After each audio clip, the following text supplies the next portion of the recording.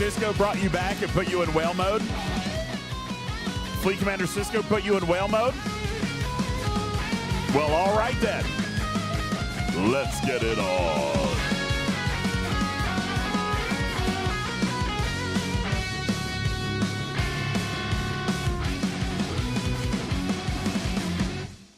Woo! Man, that was a good one right there. Hey, Nura, we missed you too. Welcome back.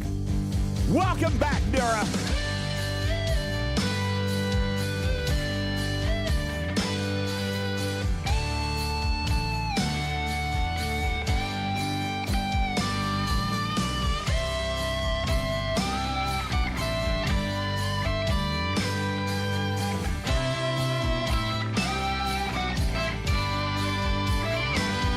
Yo, Q. Listen, I'm not going to help you with that tonight. I'm so sorry. You say you're on information overload. Well, all we have is information. That's what we got. We got more for you. We've got the best information. We've got the absolute most information. It's the hugest information. We've got all that. Yo, Nura, thank you for dropping a 5-bomb, baby. Let's go. All right.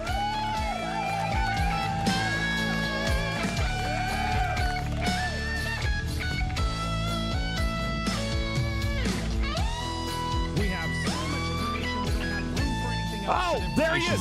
There he is. Yo, what's up? What's up, baby boy? How are you? Welcome. Hi. Hi. Oh, I'm good. I'm good. I didn't hear what you said at the very beginning. You were a little quiet. What's up, buddy? I said we have so much information we don't have room for anything else but more information. We have all of the best information, the spendiest information. We have the most free-to-play information. We've got all the year information. We've got all the lab information. Okay? We got information overload coming your way, Q. It's coming your way. Welcome in, everybody. Good evening. Jonrel says December is just November with a fresh coat of paint. Now, I said that. I said that this morning, in all fairness. I did say that this morning. However, there are a few things that people are a little bit interested in with regards to Fleet Commander Cisco. So we're going to talk about that here today because he probably does have a few things that are worth a couple of decent things. I feel like I already played this one. Did I already play this one? You did. I thought I've tuned in for 3 minutes and I've already heard it. Wait, what the hell's going on? What is happening? And here's Silent Night, but I already played that one too. I feel like I already played this one too. Okay, let's try this one. What's this one? I guess you're out of Christmas songs. Oh my gosh, gosh, those are the only two songs Christmas they made for Christmas, That's right? it. That's all we got. That's it. That's all we've got for Christmas rock. That is licensed. Okay, 10 seconds until I get to go off. All right.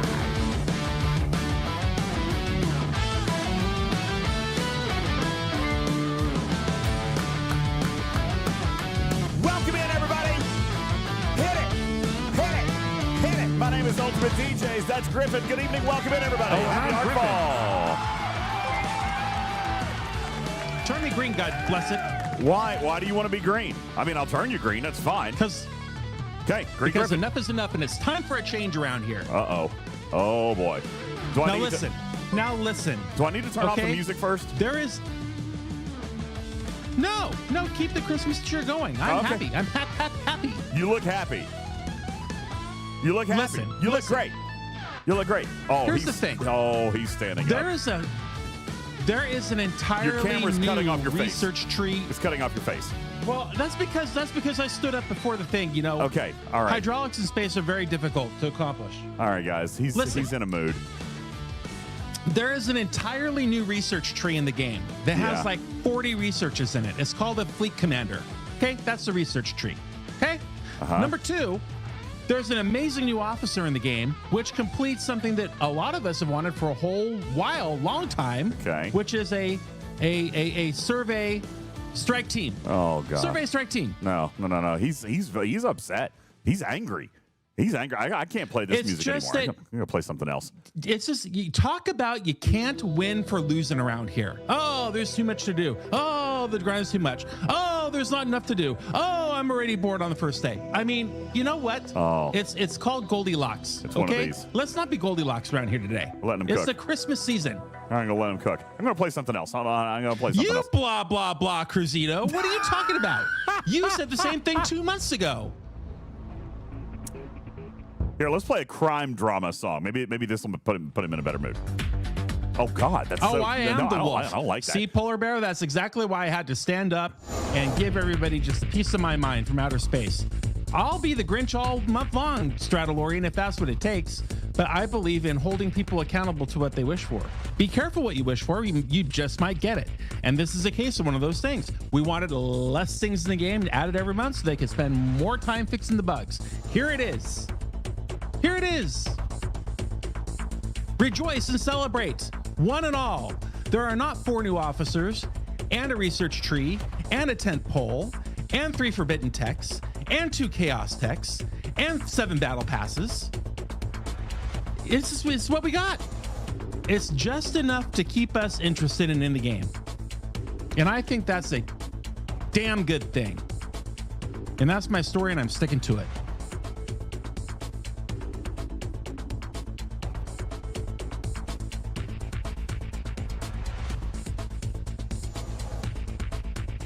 DJ's back to you. Oh, thanks. Appreciate it. Welcome in, everybody.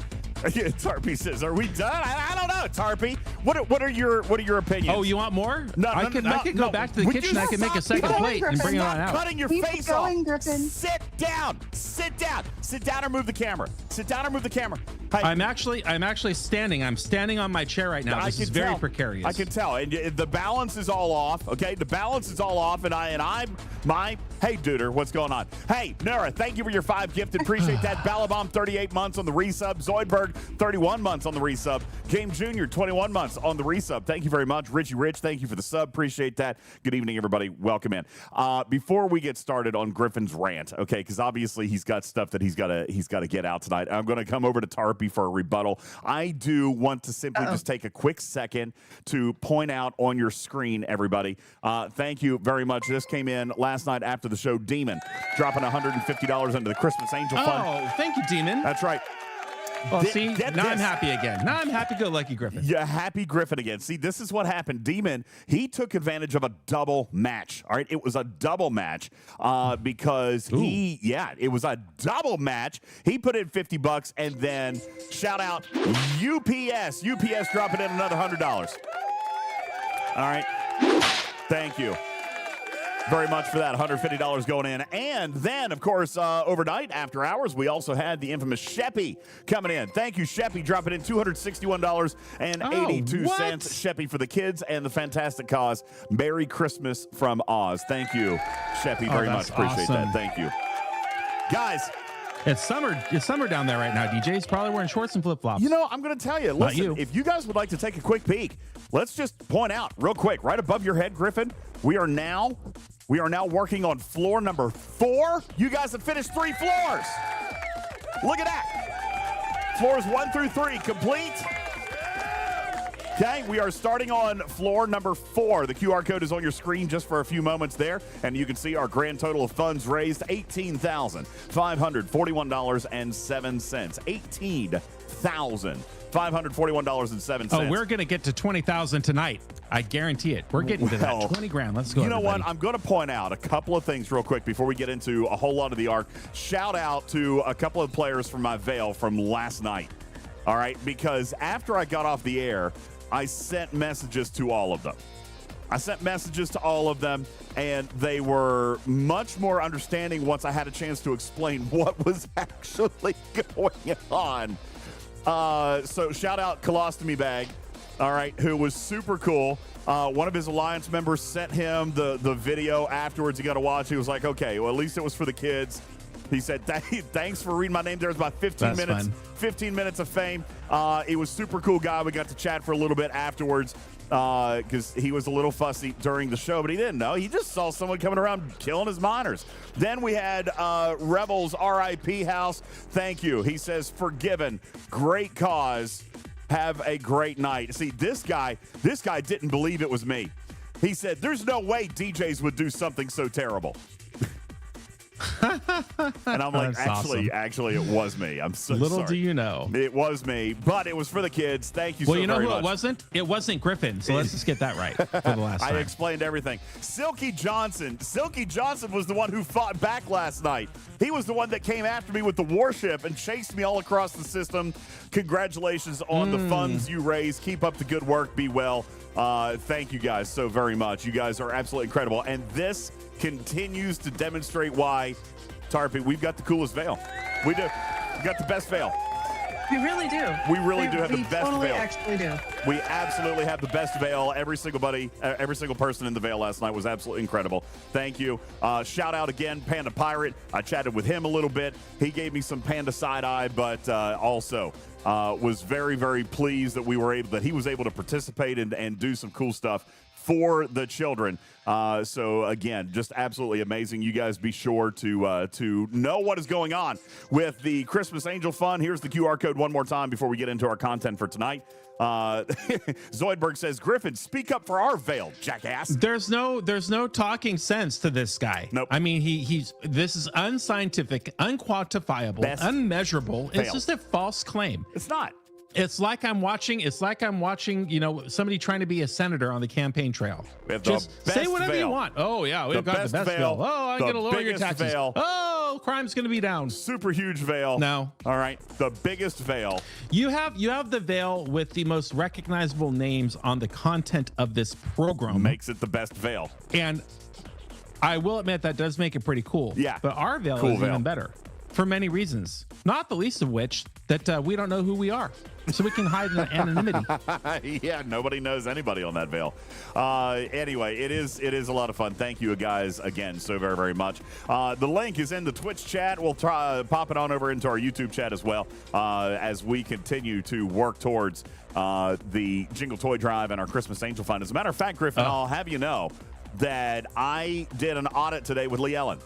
And was just making sure that nothing got missed, make sure that everything was spot on, and we figured out what the total was, all that stuff. And I will tell you, you remember how I said that I was going to wait until Marvel Strike Force paid me before I actually sent the money over?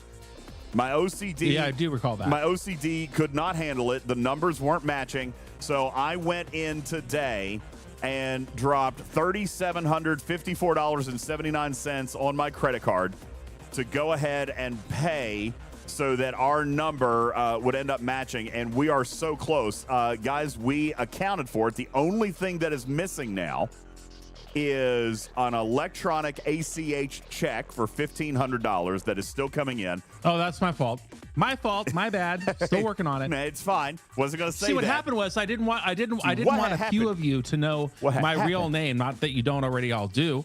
And I masked my name. I did not put my name. I put X Griffin X when I did the ACH, and the NBA didn't like that. It's fine. No, it's fine. Everything is great. So we're missing that ACH. Yeah. That's going to bring it through. And then there are a couple of employee matches that haven't come through yet. But if you guys will take a look at your screen, $18,541. And then, of course, over here on the Jingle Toy Drive, we're now up to $16,096, leaving us short right at $2,500. That's $1,500 ACH and about $1,000 worth of employer matches. So you guys are incredible. Thank you guys so very much. Yes, Vic, it is 6,000 per floor. 6,000 per floor does it, and we get all the way up to 75K. We also have the mobile recording studio where we can bring the healing properties of music into the rooms of these sick kids who cannot go and experience music in group therapy outside of their room. And if that's not the damnedest thing I've ever heard, I don't know what it is. Have you ever had a family member or a relative be on death's door in the hospital and they get better and they say, man, this band, I've listened to them for 3 weeks over and over, and this album saved my life. This song saved my life. Just the healing properties of music is a real thing. And being able to bring that, they have a huge music department at this hospital. They really do, yeah. Being able to bring an actual recording studio into a hospital room via a mobile cart and let kids, play an instrument and have the parents be able to record it, or maybe karaoke a song. Or, do maybe something with the brother or the sister that's in the room and get that recorded. And then the kid can listen to it over and over again, for example, which is one of many things that can be done. How could you not want to bring that technology and the gift of that into the hospital? I mean, that's just incredible. It was, it's really amazing. And I can't wait to share with you guys what we are going to see this coming Thursday. We've got a lot of information still to bring you guys. It's going to be absolutely incredible. Again, you can check on the link at the top of the Twitch chat. There it is. We've pinned that up there and going to pop that over into the YouTube chat for you guys as well. For you guys, now Griffin's in editing hell. I've been editing all day because we want to get this production on the road for Thursday.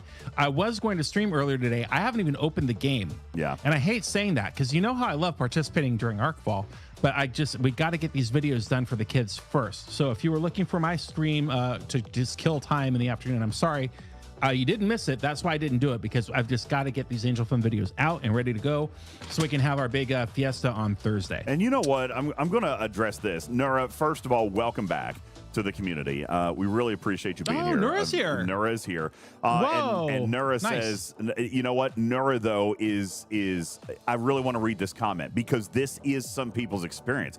Nura says, man, that's tough for me. My brother-in-law died in a hospital.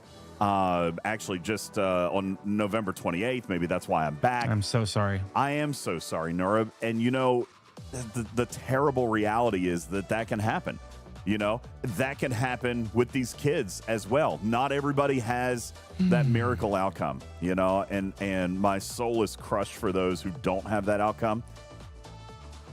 But, you know, even in that outcome, there is a way to even allow just a glimmer of a smile or a glimmer of hope. You know, we got to meet a child on this past weekend, and I don't mean to really get so far off track, but this is the power of the Christmas Angel Fund. We got to meet a child who should have died. All right, now through a miracle, that child is recovering, but we met a child that should have died. He is now 5 years old. He's literally only 3 months after his second kidney transplant. The first one failed, and he's just a baby. And we got to meet this guy, and honestly, and I don't want to spoil any piece of the segment, but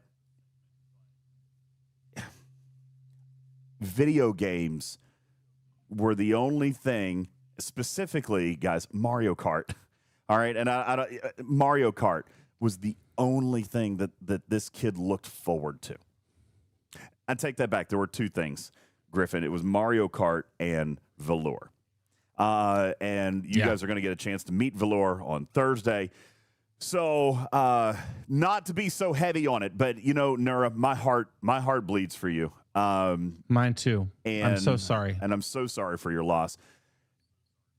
What we are trying to do here, with the Christmas Angel Fund is to help families like your own before, after, during, just to be able to come in. This little boy who loved Mario Kart and loved to visit a dog, and those were the only two things that would get him up and out of bed. And the doctors credit that getting him up and getting him out of bed and getting him happy and motivated and excited is the only reason that he survived. So and your donations out there in our time and everything that we do as a community propagates that story times 1,000. This hospital sees 250,000 patients a year. Again, 250,000 plus patients a year go through Monroe Carroll Jr. Children's Hospital at Vanderbilt. It's one of the largest operations for children's medicine in the world. We sat down with the chief medical officer, the person in charge of that whole entire department. We did. Yeah. And the stories that they had for us were incredible. Stories like Graydon's are incredible. Nura, if you want to DM me at any time in your own time and share something about your brother or a picture or anything, I would be more than happy to hear anything you have to say and chat with you about it offline. I'm so sorry for what you're going through. That's terrible. We all take our life. And my speaking for myself, I think that we all take our lives for granted because they're so precious and fragile, and life is not a guarantee. And just, you know, being here in this community and having the opportunity to get to know you guys and, you know, share stories and then put our collective attention together for a cause like the Christmas Angel Fund, or just month in and month out BSing about Star Trek Fleet Command. It is a highlight of my life too, Nura, and I'm so happy that you're back, and I'm happy that we could put a little smile on your face and be a distraction. So I don't want to keep talking about what you're going through, but my DM box is open for you, and I'm sure the same goes for DJs and a lot of your friends out here. Thank you for being here. Yeah, thank you so much. And it is very, very good to see you back. Q writes, you know, there are so many things out there. What makes this donation better than any major charity is that you get to actually see what your money goes to. And I appreciate that, Q, because that's what we've always strived for, is to actually show you. We want you to be able to touch these people. We want you to be able to see what it is that you're doing. And not only that, but we take nothing. There are no fees that are taken out of your donations. As a matter of fact, Talking Trek. Not only that, we go on our own dime. We pay to go. You're not paying for a plane ticket. You're not paying for a meal. You're not paying for an Uber. 1,000% of this production, you're not paying for my time to edit a video. Literally no expenses go towards your money. Every single penny that you donate goes right to the hospital and right to the kids, and we wouldn't have it any other way. Yeah, when I ran this transaction up today, you guys will always see, and I see all of you guys generously covering the fees. All right, that's what's so amazing when you guys do that. When you guys give to this channel and we pass it forward, we're doing the exact same thing. Absolutely nothing is coming out. 100% of the funds that you guys donate are going through. We're not eliminating the PayPal fees. We're not eliminating the credit card fees. We're covering all of that. So that means 100% of what you guys give goes straight to these kids on the holidays and throughout the year and all this stuff. So it's really a great thing, and we thank you guys for being a part of it. All right. Listen, we've got and you could even, there's another level of transparency there. Can't you go on their website and see the donations coming in too, DJ? Oh yeah, that's where we just were. Like, you can actually see on their website all of the list of donations. That's actually how we were doing some of our audit today. Oh, there you go. Okay. So to make sure that everything was matching up, and that's how we figured out that we still have a couple of employer matches, and apparently this one ACH and then everything will be lined up. So very, very transparent on this thing, and we love to make sure that you guys know exactly what Q says. Everything is going to the right spots. So thank you guys so much for your continued support. We've got a long way to go. The goal is $78,000, and I will tell you that yes, I saw somebody ask in the chat. I offered this last night. This is a stream goal, so it's not a cumulative thing, but if by chance you guys were to happen to be able to raise the entire fourth floor tonight, $6,000, then I will clear my entire veil. All right. That was something that people wanted to happen last night. We didn't quite get there, but we did raise over $1,000, which did pay for me to clear a veil system. All right. So, and that is where I got into trouble. So if you guys would like to do that here this evening, of course, $6,000, Vool, and I will go after the entire veil. And now most of my veil knows that it could possibly be coming at any time because, hey, it's for the children. All right. It is for the children. It is unfortunate that you did choose a mining system and you chose to hit them at like 30 minutes before event reset. Before reset. Yeah. Shelby says, I wish I would have been able to stay on last night. I would have made that happen. Well, we could do it tonight.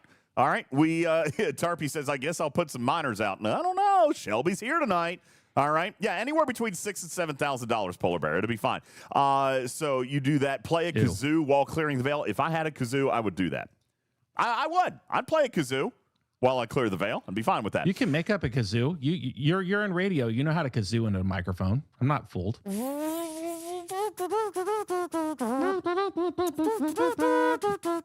Anyway, so thank you very much for the name change, by the way. Thank you, whoever contributed to that. That was Balabomb. Thank you very much. Appreciate that. It is now UltimatDJz backwards. Well, Mad Hatter, the problem with me saying that I'll clear my veil is, unlike UltimatDJz, I actually can clear my veil. I cleared my veil system last night. Burn. I think you should do it, though. You kind of got ran off by like a Max Enterprise-y. No, it was not. It was a vengeance, okay? But I still went back. No, it was not some vengeance. I still went back. That was absolutely. That was a vengeance. What is? Thank you. Thank you very much. Appreciate that. It absolutely was a vengeance. Let me find my battle logs here. I'll find the battle logs. Yes, it was a vengeance that sent me home. 6-7. All right. Let's see. Where was it? Who was it? Shelby, you can't even get into the system that I'm mining in right now. Ha! Whoa! Huh. I bet Shelby can. I know that because I'm the only one there. I bet Shelby can get there with I haven't a seen warship. anyone there. It's just me. That's where I got scooped. Mining all by myself, all by my lonesome. That's where I got scooped while I was clearing the veil. Let's see. Where is it? This one right here. Was this it? No, that was a miner. Yeah, if Shelby's puts out one of his warships, so I'm screwed. Okay, here we go. Shelby's going to literally kill me. Oh, that was an Enterprise. Remember last time he changed my name? I couldn't mine for 3 days. He was just kidding me. What did you call yourself, Shelby? It was so mean. What was that name change? Oh, it got me so good. I don't. It wasn't it. I thought it was something to do with the drippy biddle. What was it? No, it must have been something else. I don't. It's something more derogatory and insulting. Oh, and it was perfect. It was amazing and beautiful. So Burton says, "Can we pull up the whale cam so we can watch Griffin blow up?" Yeah, sure. Turn on the whale cam. Apparently, Shelby's coming for you. And then, all right, hold on. Once we get the whale cam up, then. Okay, very good. Once we get the whale cam up, we are going to start breaking into our content today. Fleet Commander Cisco and Elite Solo Outpost. All right, whale cam, it's up. There we go. Okay, so whale cam is now up for Griffin. We're just looking at his beautiful, pretty little station right there. Yeah, I saw that. Yes, it was. Look, DJs, look at this beautiful system. It was. All right. It's Zenduk. Zenduk. And all that is by myself. Don't want to be next to Shelby by myself. Well, Shelby, can you get to a level 76 system? That's a long way out there. Let's take a look. Zenduk. Zenduk. Right yes, here, buddy. We're gonna I got get it right to on the map for you today. Zenduk. Right there. Yeah, but we can't see the Ring warp the dinner range. bell. Can't see the warp range. We'll flip it over to my system where you can see the warp range is 4,000. Oh, here's the warp range. 4,000, yeah, Shelby. Can you get there? Can you get to 4,000? Yeah, 4,000. I'm sure Shelby can. Or if not now, he will in about 10 minutes. Just give him a second. So anyway, there I am, just mining away. He's on a 0 node. Yeah, he should be killed. He should be killed. He was on. I was max cargo. I apologize. I'm going to fix that now. I'm now going to the gas system, and the gas system is a little bit closer to you, right here. No, that's the. Why are you in combat? I'm going right. Why are here. you in combat? What? You just died. What happened? Ah, you just died. Oh. No. You did. I couldn't be bothered to wait the 7 minutes to go back, so I just hit a hostile. Oh. I just hit a hostile. Okay. Look. Everything's fine. Why don't you take your vengeance and summon it? I thought. Well, my vengeance can't go that far. I thought somebody. Wait, what? My vengeance can't go that far. Hold on. My vengeance does not have the warp range for that. The ship that costs thousands upon thousands upon thousands of dollars can't go where your miner can go? No, the max warp is 3154, and that's with the slipstream. Now, I could put Gresh on there. It's still not going to be 4,000. You know, further evidence that I'm doing the right thing with my plunder. All right, further evidence that I'm doing the right thing with my plunder and not spending it on no, you're not. A poopy vengeance. You are never going to get to Op 73 without a vengeance. Bull, you watch me. You watch me. No, you won't. Oh, no. Watch am I saying me. it's impossible? No, I'm not saying it's impossible. I'm saying you cannot get to 73 without a vengeance. You will become impatient. No, you will buy the vengeance. No, you will probably max the vengeance. No, not a chance. Not happening. Okay? I think there's a chance. No. I think there's a big one. Mm-mm. Yeah, I'm with Voltron. It was the game's first legendary fail. All right, so yeah. That's not true. You know what? I'll tell you. I'll go into Arena on a Friday, or I'll go into incursions, and I saw my buddy Bensai Games up here just a minute ago talking trash because his server 16 annihilated server 41, which is true and not my fault. I didn't get cracked once. But I will tell you, people were literally running from my vengeance on incursions. Like literally they're actively raiding like 10 ships. They saw my vengeance fly in. They scatter like cockroaches when you turn the lights on. Yeah. Yeah, well, I mean, power, okay? It's got a lot of power. I mean, you could crew it. You sit on a throne of lies. Thank you, Jimmy says they had to nerf the cube because the vengeance was so legendary. Jimmy, right, you're not making my point for me. Here's your sticker party. Stream stickers are free. You got 60 seconds, and then we got to get busy. We got business to do. Here we go. All your stream stickers are free. Merry Christmas.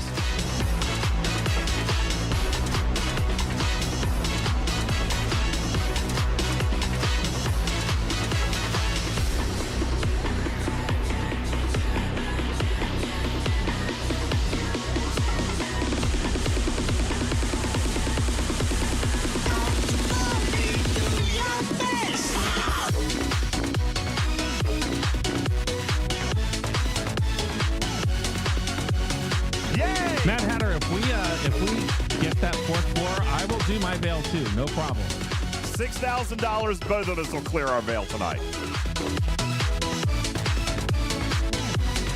I'm number one. Woo!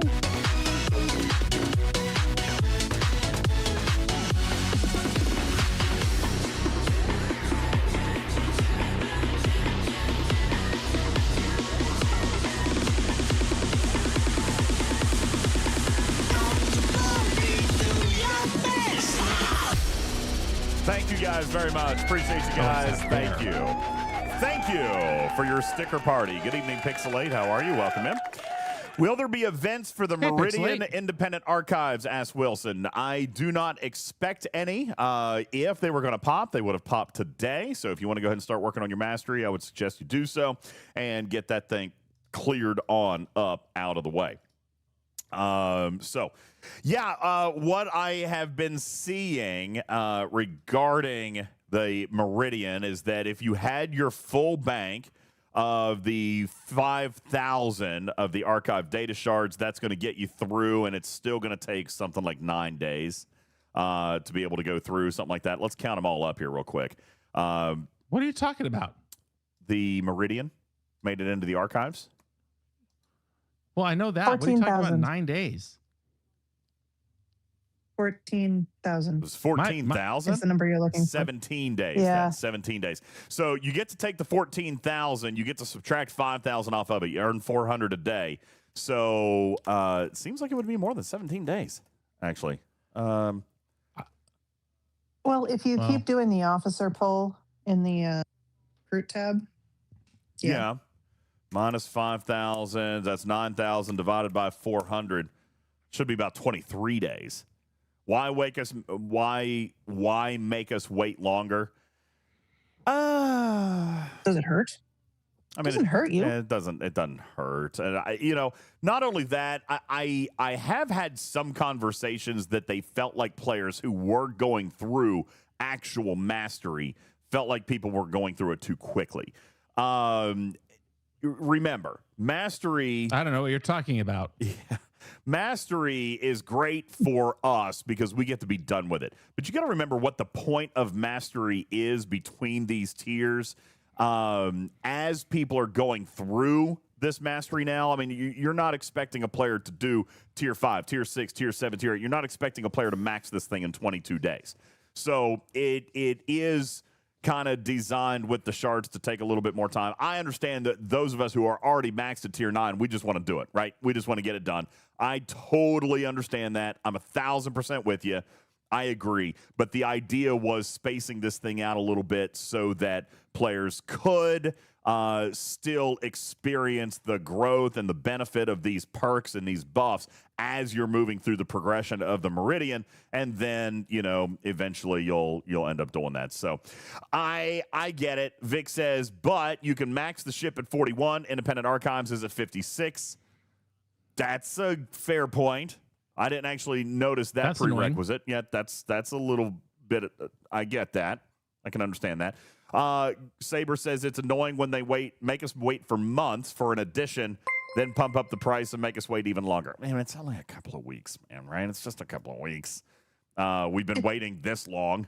You know what I'm saying? So, you know what, Tarpy? I don't feel like that was 14,000. I just spent 5,000. Magoo says everyone should participate in old content, like assaults. It was indeed 14,000. Okay, ignore me. I just can't visually do math.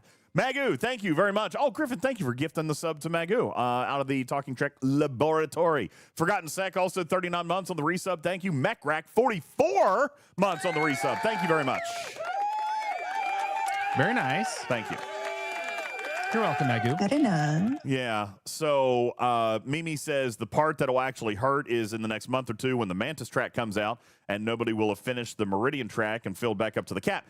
So again, what? Mathematically, No. you should be able to do that. If we're at 9,000 divided by 400, it's going to take 23 days. Then, so that takes us through December. We're not going to have anything in January. To get to 5,000 divided by 400 only takes 13 days to refill your cap. And then when Mantis comes in February, then you should be back at your cap. Okay, so listen, in all fairness, of all the things for me to be fussy about, this is very, very low on the list. I can understand it would be annoying. I'm totally fine with players in that opinion. I can understand that it's annoying. We've waited this long. Now we got to wait a couple more weeks. It is annoying. I, for one, just focusing on the positive, am very happy that at the last second, at the 11th hour, DJs, they did elect to put in a chance at Metreon particles when you max pull. Yes, the only thing I believe that's missing out of here was the chronometric particles, which I kind of wish they would have put in there, but chronometric particles are technically a service and not a part of the refinery, so But so are Metreon particles. No. No, that is incorrect. You can get Metreon in the refinery. You can, yes. In In territory... the far right-hand side. Yep, I'm trying to find it. There it is. Territory. You can get Metreon particles over here. Nope, I'm a liar. Can't do that. Sure can't. Is it in the ISO emulsion? Yeah, there it is. It's in the emulsion. There's Metreon particles. Thank you. All right, you are correct. Why, yeah. That is why the chronometric particles are not here, and that's it. So Cruzito says we lose nothing by having to wait on it. That's exactly right. Again, this is not the end of the world for me. It's not, it's very small on the list. Is it a teeny tiny bit annoying? I can agree with that totally. It's not something I'm going to be pitchforks over. Also remember, if you really don't want to have to wait, then you don't have to wait. There is indeed a pack. Just in case, I saw that come up in chat today. Somebody was curious. Is there indeed a way to buy something for the independent archives? And indeed, ladies and let's go to the whale cam. Indeed. Oh, I already showed them, but indeed there is. You did not. What? You did not. You did not. What? Why would you spend $100 on Mantis or Meridian? Why? Because the refinery goes away. I'm very excited for that. Couldn't be bothered to look at it anymore.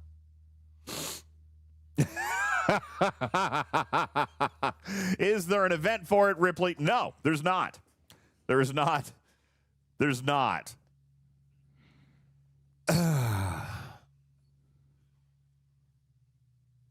And actually, technically, they're saying that it could be $200. Why? Because let's see, that's independent archives. Hang on, where is it? I'm going to find it here in a second. The what's it called? Independent archives. There. So you have it pulled up there. That's it. We got it pulled up there. Loot museum.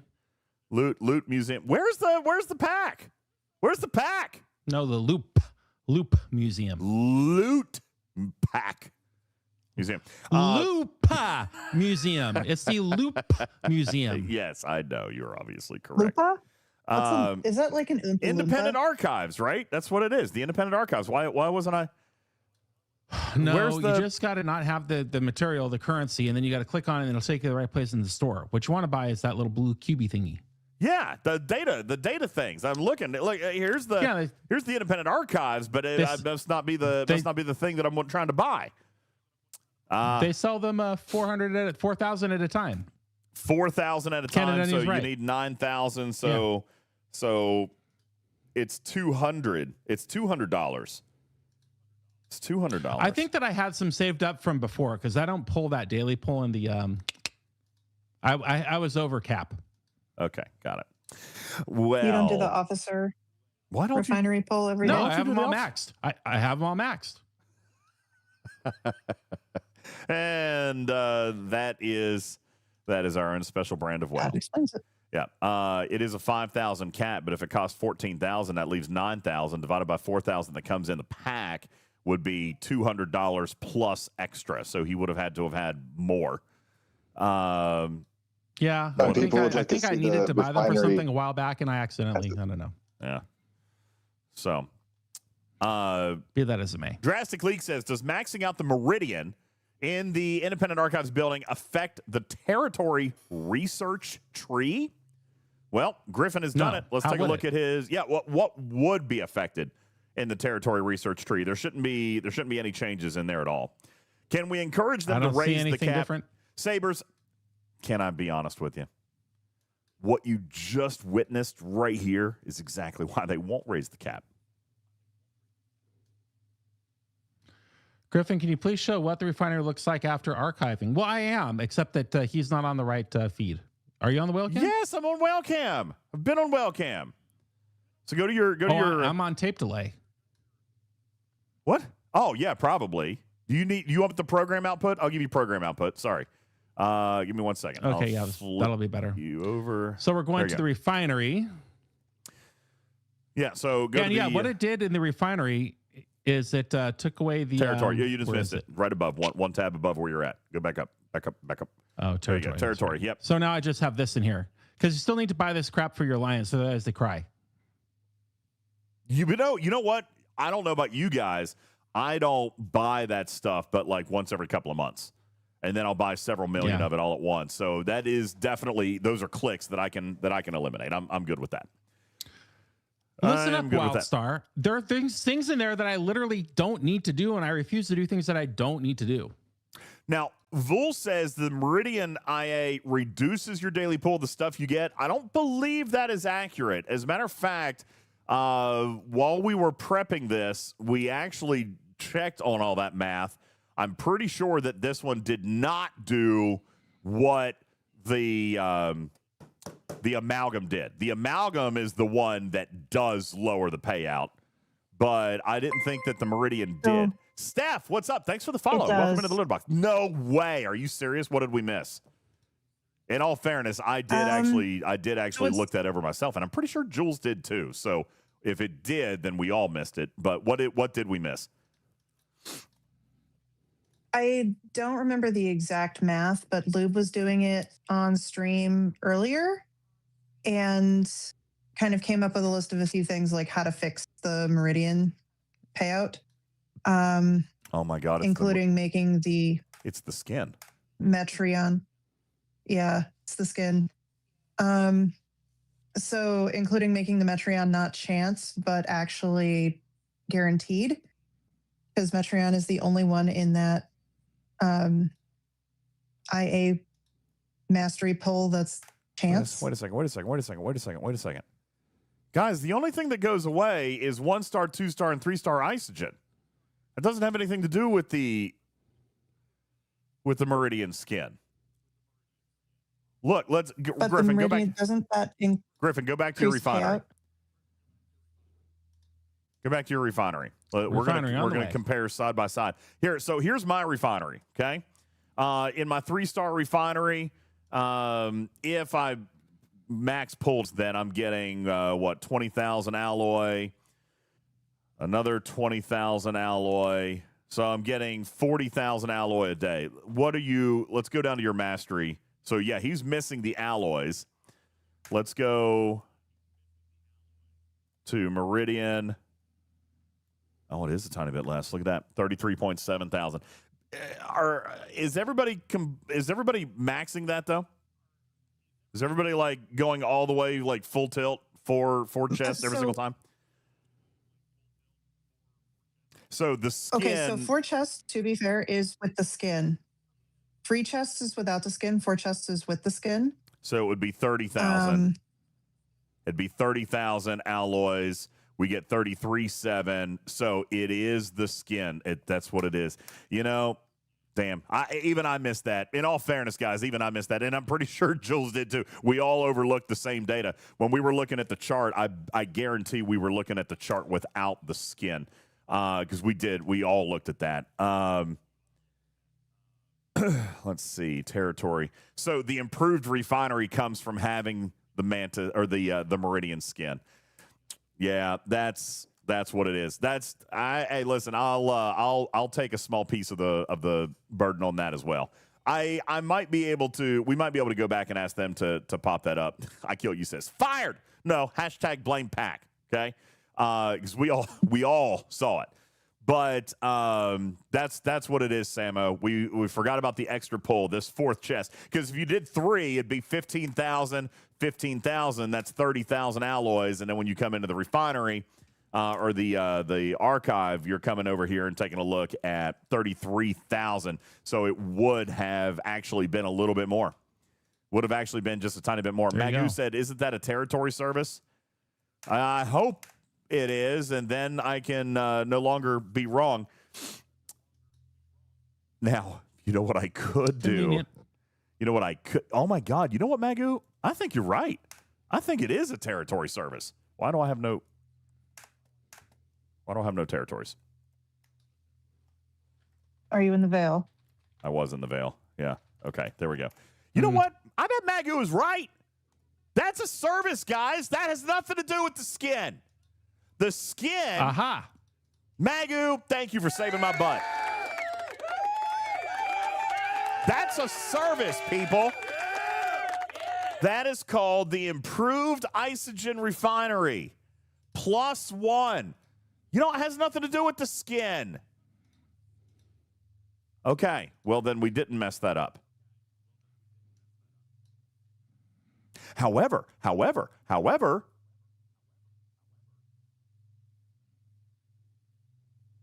if everybody activates this in Mastery, then that will save you the materials on this service. You'll no longer need this service.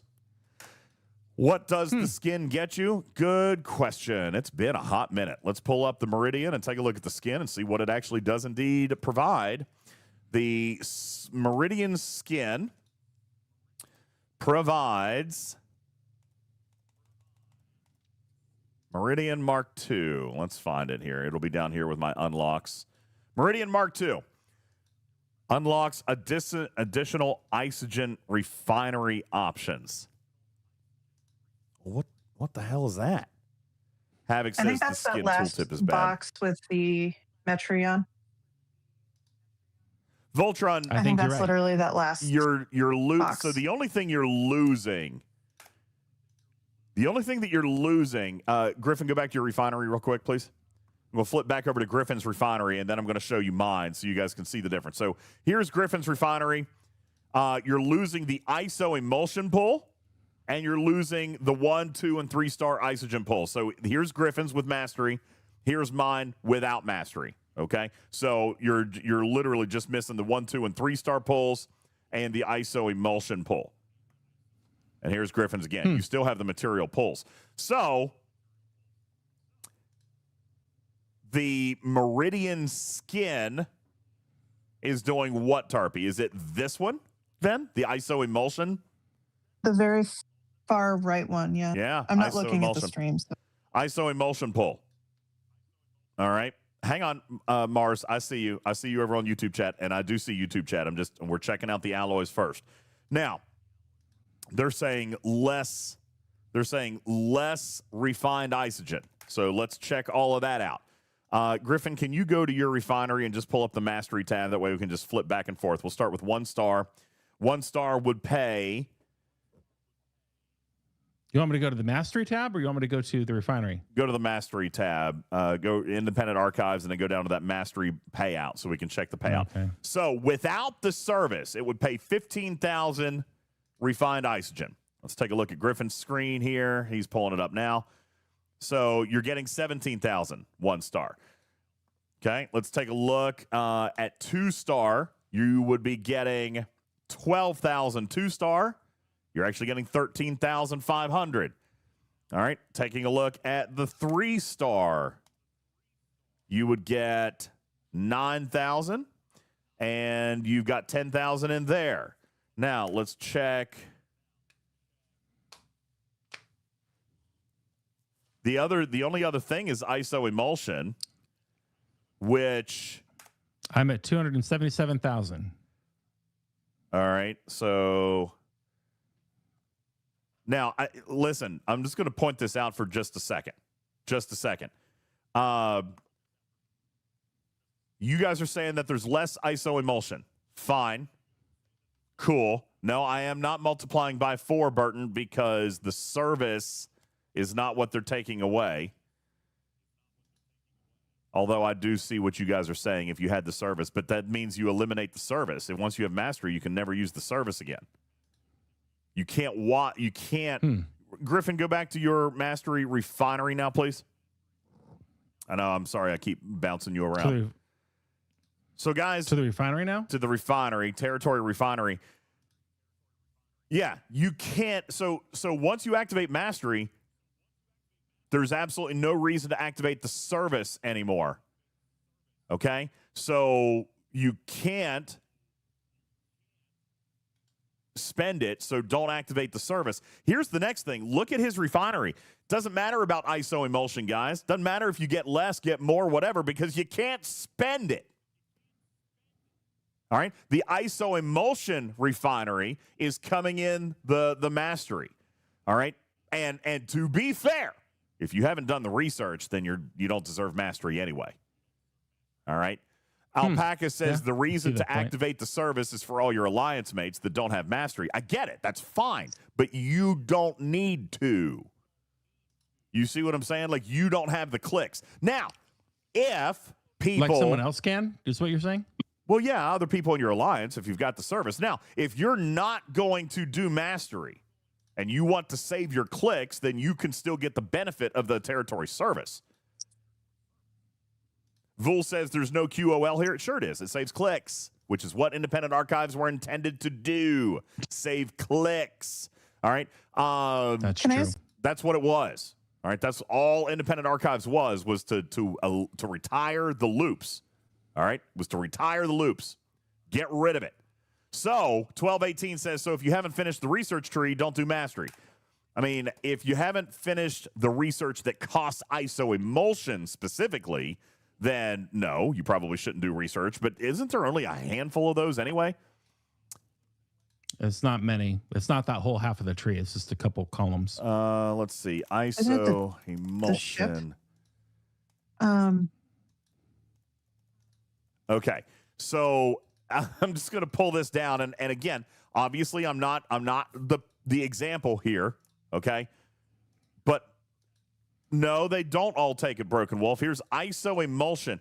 I got 43 million of it. Okay. Here. I mean, let's see what all takes it. That's ISO. Got a lot. No, ISO. Wait, emulsion or resin? Emulsion makes almost resin. all of them take the emulsion. Not the newer. I think maybe some of the newer stuff doesn't.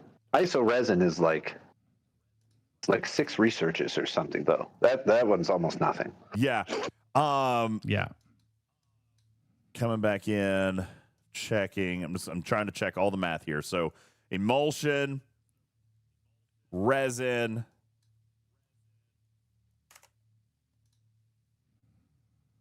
So yeah, even technically, I guess I still have some researches I haven't done. You know, let me ask this question.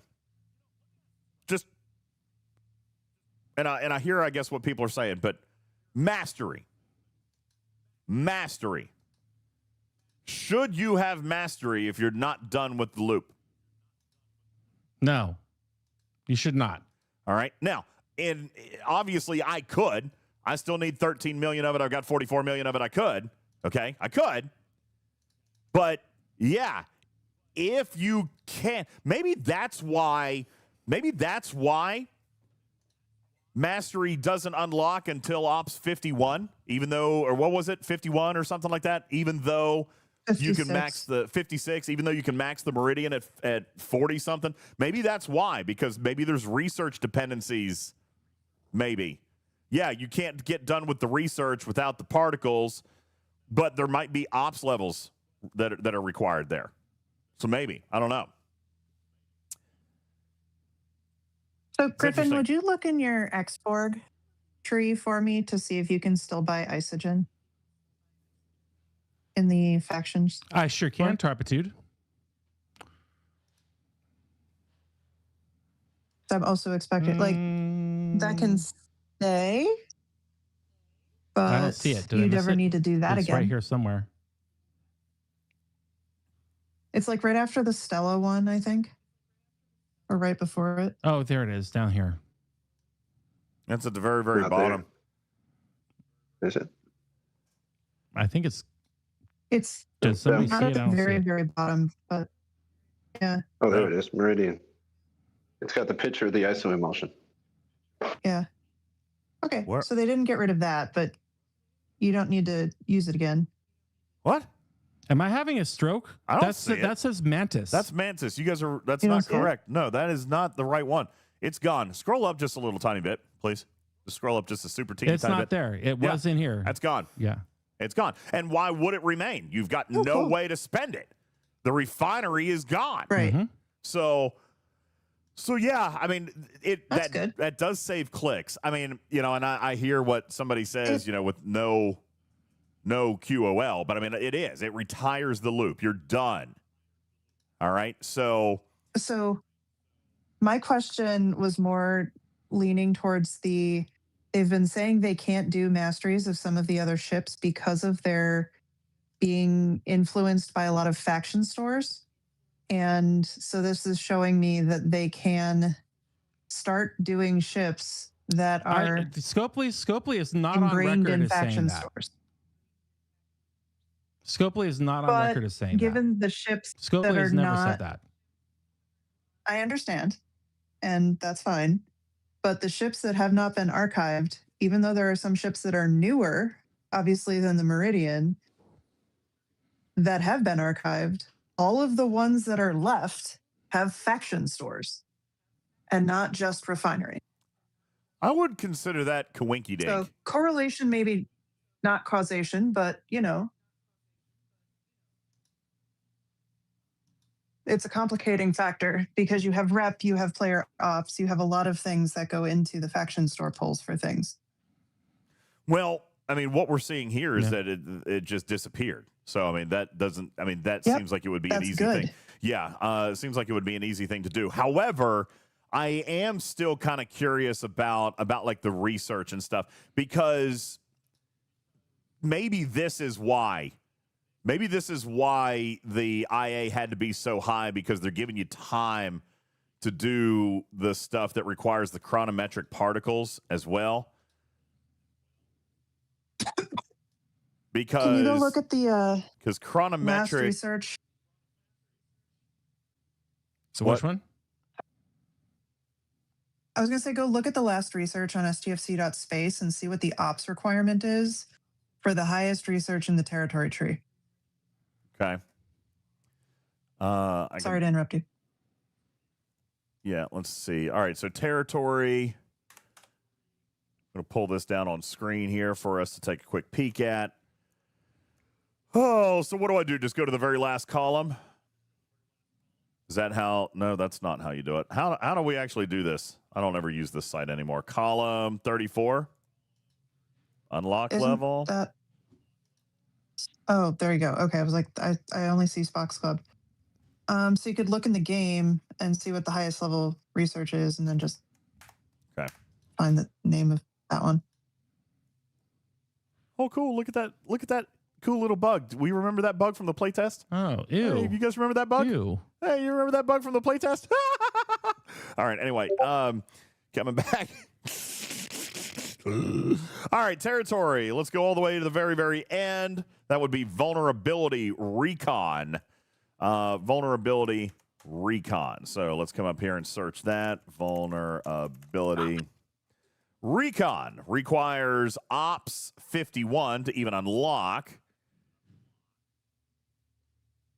And let's go up to the max, which is level 10, and it does indeed require R&D 60. So that's why you've got Independent Archive 61 there.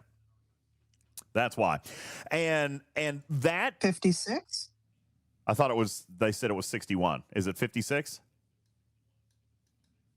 Gosh, it would be I thought somebody said it was. I thought somebody said it was 61.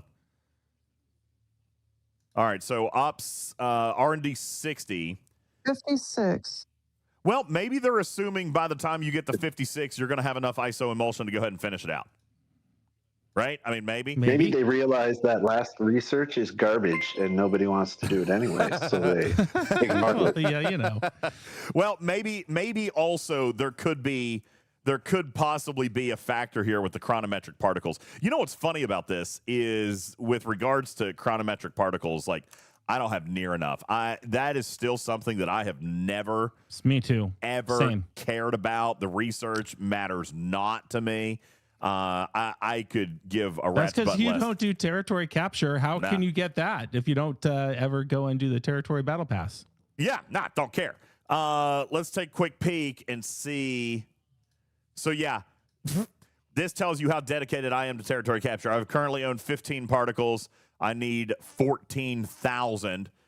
But by the same token, you guys noticed that I had millions and millions and millions of surplus in ISO emulsion. So let me just say, while I can see mathematically without the service that you're getting less emulsion, that's not your bottleneck. It's going to be the chronometric particles, and you're going to end up with millions and millions and millions.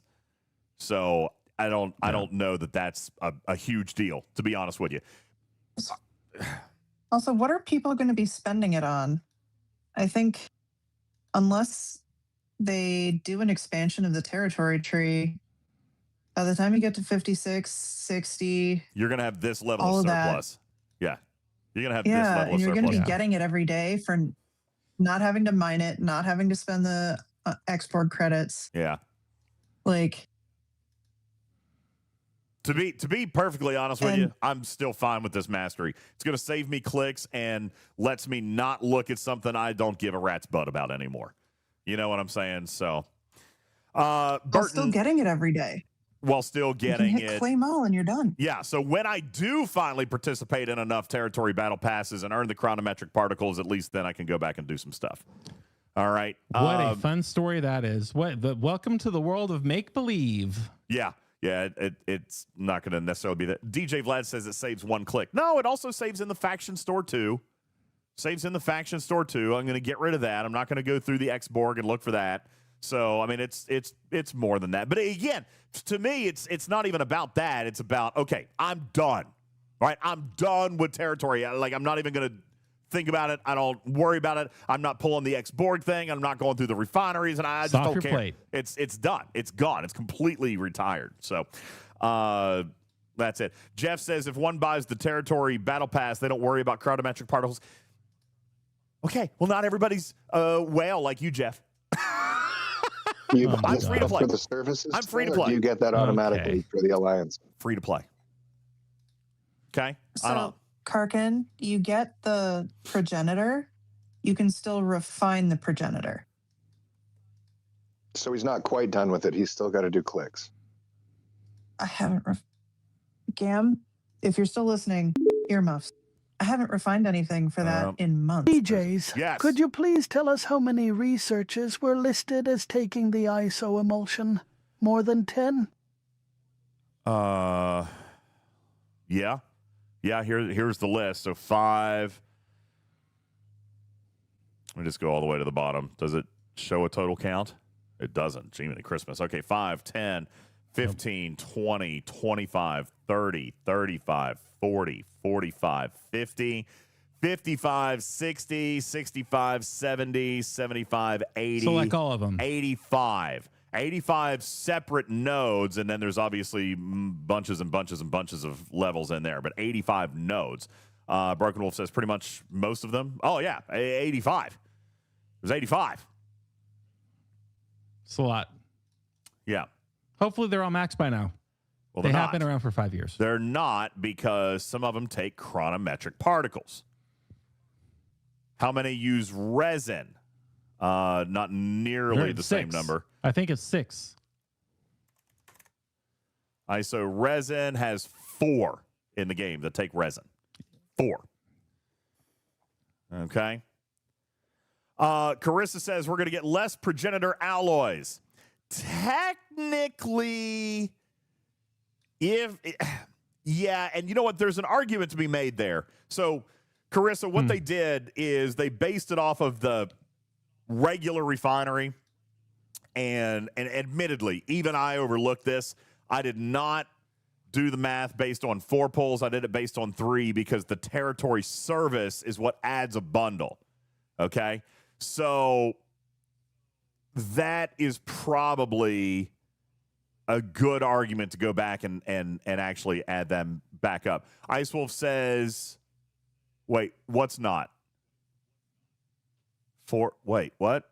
I'm confused, Ice Wolf. Not everyone has an alliance that has 3-star ISO, so they buy it in the marketplace. If they're buying it, I'm very confused on your statement, but if they're buying it, then they're still using it, which means they're not ready for mastery, right? So, I mean, the loop's not done. But not only that, there are efficiencies in, and this is what they're talking about, kind of building this stuff up. You've got Meridian parts, cost efficiency, and I was feeling like there was some isogen efficiency in here somewhere, but maybe not.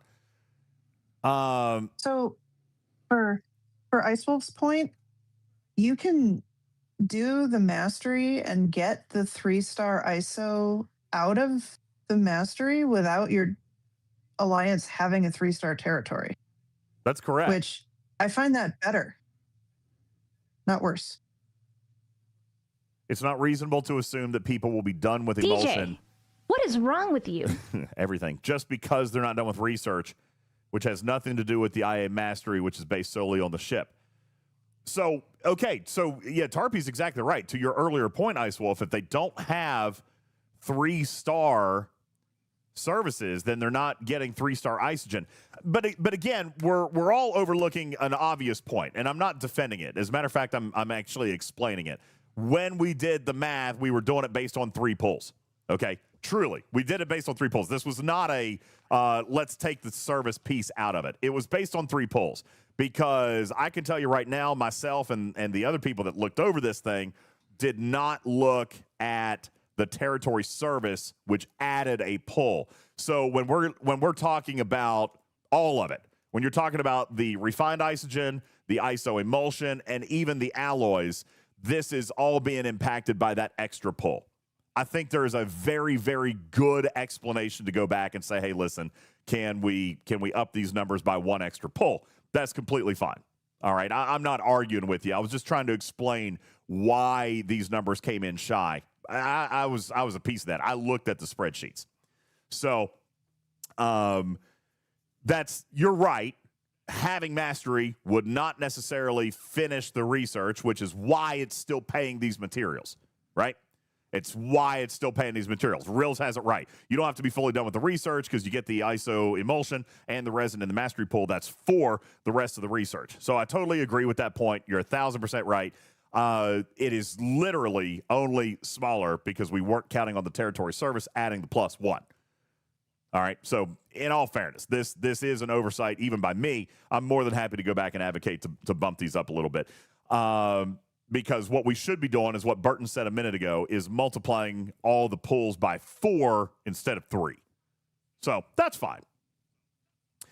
DJ Vlad says their notes say services are included. That's where the confusion is. Well, that is even better, DJ, because that means that's what was intended, but that wasn't the math on the spreadsheets that we were looking at.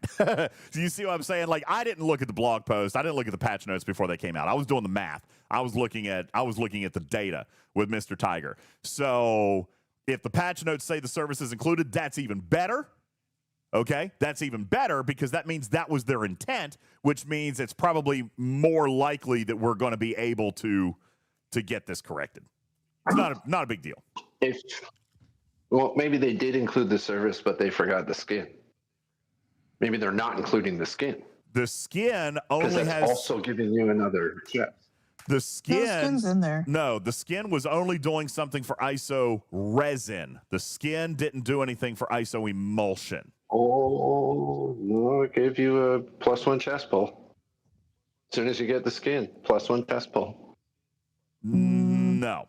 Not what he just read on the skin before you showed up. Yeah, the tooltip is not right for that one, because here in the territory tree, you already had a 2, a 3, and a 4. What happened, if you'll remember, go way back, this was only a 1 and a 2 in the beginning. All right. Then the skin gave us the extra bundle, and then the other service gave us the +1 to each bundle. All right. Go way, way back. All right. The service is +1. Okay, you're right. The skin gave us the 3 chest pull. It gave us the extra bundle. That's exactly right. All right. Right. Yes. All right. Right. So that's what it was. So what we need to do is just to go back and see if we can do a 4. It's not a big deal. Really, this again is not pitchfork worthy. I appreciate you guys pointing it out. I'm explaining how it happened. This, I think, is probably very, very simple to fix, but that's what happened. And again, not pitchfork worthy. Okay. So no, Brett. The Meanwhile, skin is not the same as the at service. In-N-Out Burger, they have removed order number 67 thanks to all of your unruly children causing trouble in their lobbies.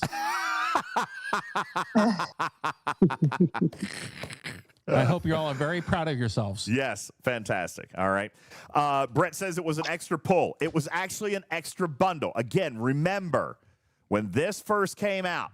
Okay, let me ask this. Who doesn't have the Meridian skin? Broken Wolf, you don't have a Meridian skin. Perfect. How many bundle options do you have? 2 or 3? Not how many chests. Not how many chests. Just how many bundle options do you have?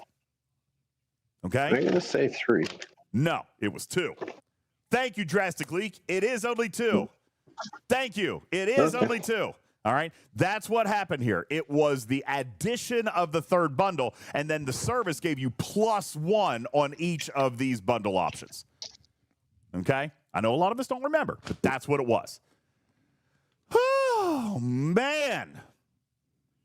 All right. I know we don't remember. This content is so old. That's why it deserves to be in Mastery. Oh, Lord. Gilbert Gottfried, what's up? When DJz was at the hospital, the following things happened. All the kids asked him if he was 67 years old. The nurses kept offering him a wheelchair. Also true. The diener kept following him around going soon. He ate all the pudding and blamed it on Griffin. Absolutely correct. That's what happened. All right. Thank you. All right, there you go. There we go. Thank you, Broken Wolf. He says there are 2 buttons. I have a 2 and a 3 chest. He doesn't have the skin. He does have the service. Okay, that's how it works. All right, Broken Wolf. Just to appease the masses, will you send me a screenshot? Will you send it to me over on Discord, and I can show people what it is? Again, not this. I'm shocked at how much time we're spending on this. All right. So the only way to get 4 pulls is with the service and the skin. Spock, that's correct. The only way to do it is with the service and the skin. The skin gave you the third button to click, and the service added 1 to each of these. So if you didn't have the skin or the service, you would have a 1 and a 2. 1, 2. That's it. And in the beginning, when you got the skin, then you got a 3. This conversation is like when all of the Ents got together in a big circle in Middle Earth and tried to say good morning to each other. I know. It took 7 hours. The Ent moot. The Ent moot. You know, for something that people don't remember, they're arguing against very, very severely. But again, yes, we need to move on. I kill you. This is so teeny tiny. This is so teeny tiny on the scale of things that it doesn't deserve the Griffin hour is that we reading spent on it. Kiplinger magazine, which is a great personal finance magazine. If you want advice on how to balance your checkbook, securities and services are out there. Just take your money a little bit further. I highly recommend Kiplinger. Ice Wolf, what are we wrong Sometimes the about, subscription honey? is free. I love you to death, but I don't think I'm wrong on this. So, but go ahead and tell me. If you're saying Look, that it's the the 3 versus the 4. biggest 401k funds. Now, that's something everybody should take their time to read. Consider your retirement. Thank you. Okay, here we go. Broken Wolf. Broken Wolf is showing me no skin. But does have the territory service. There you go. 2 buttons. Okay, 2 buttons. But he has the service, which is giving a +1. All right.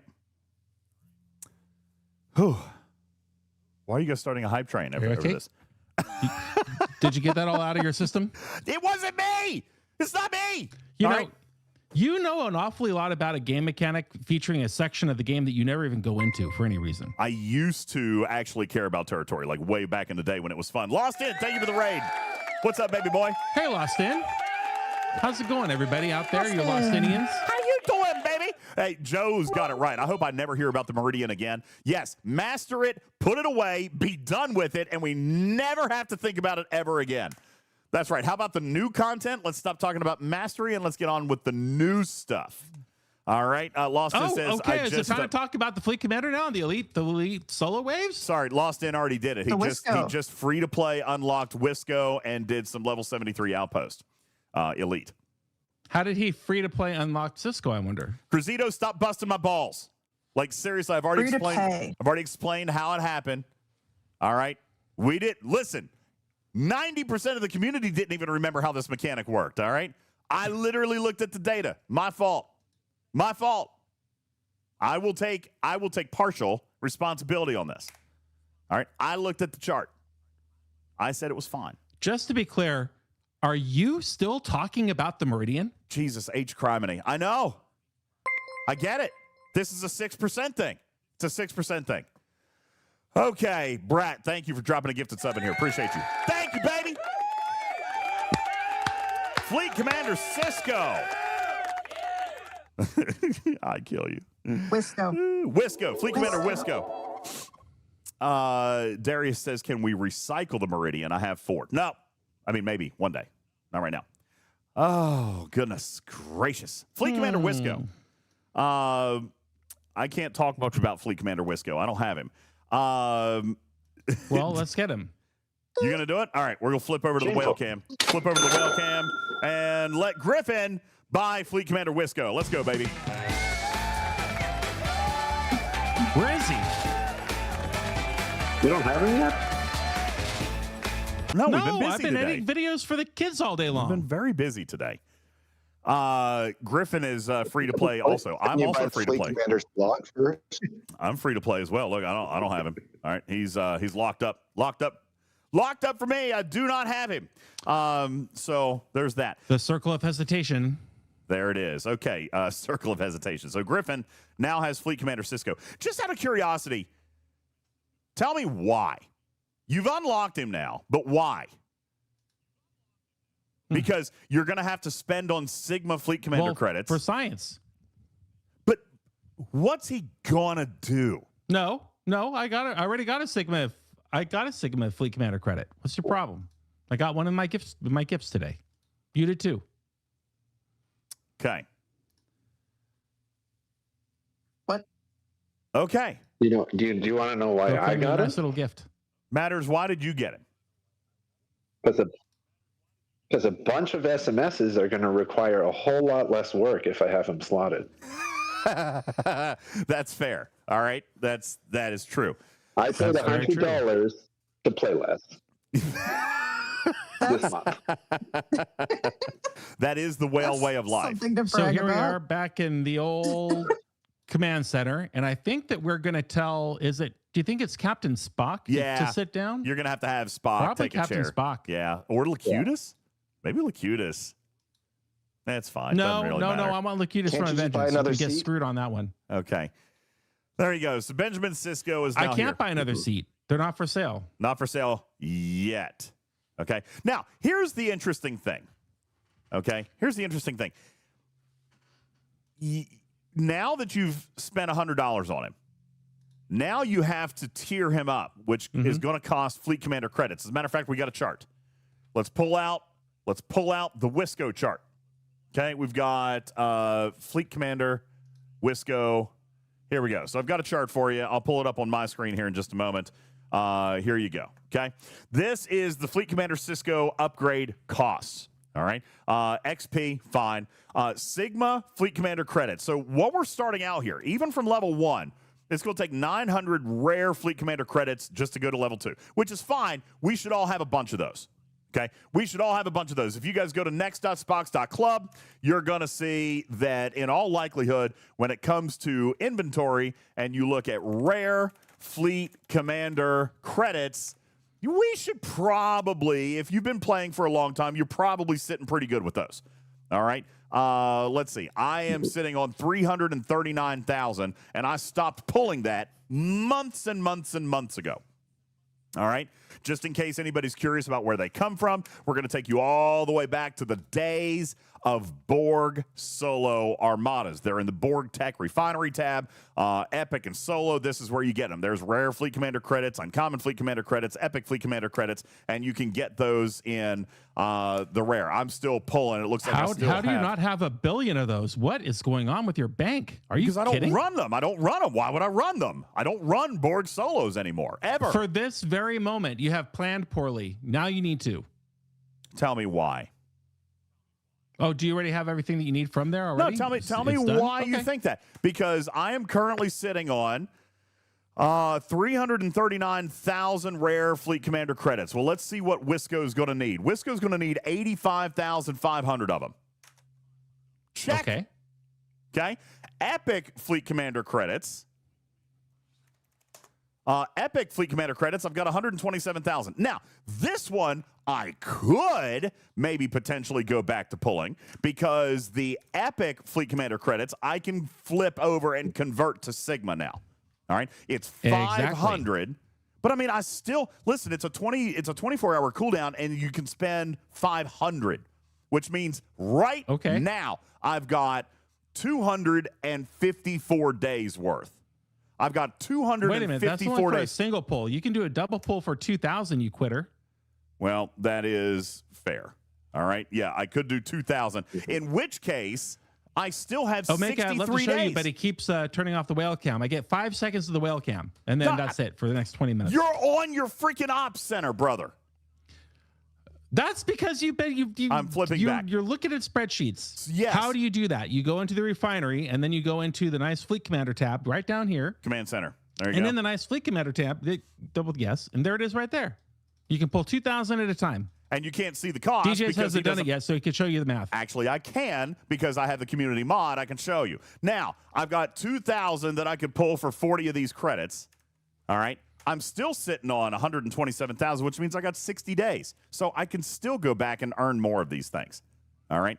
You've got all kinds of time. Yeah, you got all kinds of time. And if you're looking at the upgrade chart, okay, he is still going to need Epic Fleet Commander credits eventually, but only 27,000 of them. Okay, and Venati says, how many Epic credits? 27,000. But that's to max him out. The biggest bottleneck here is going to be the Sigma.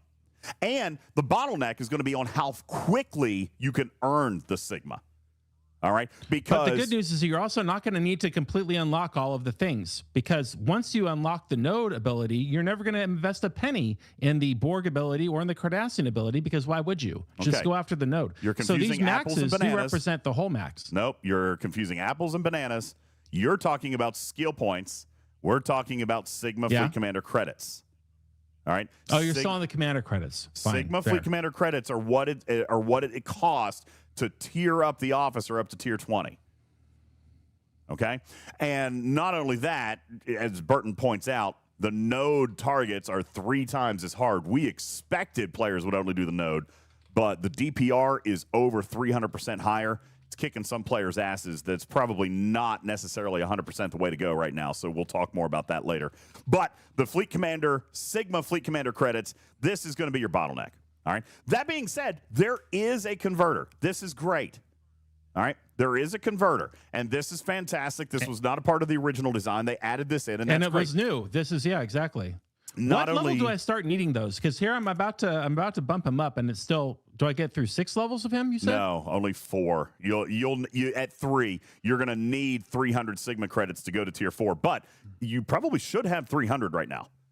If you did a double pull, I do have 300 right here on my screen. Yeah, if you did a double pull and then your and then your gift, because there was a small gift today. So no, now you're spending XP.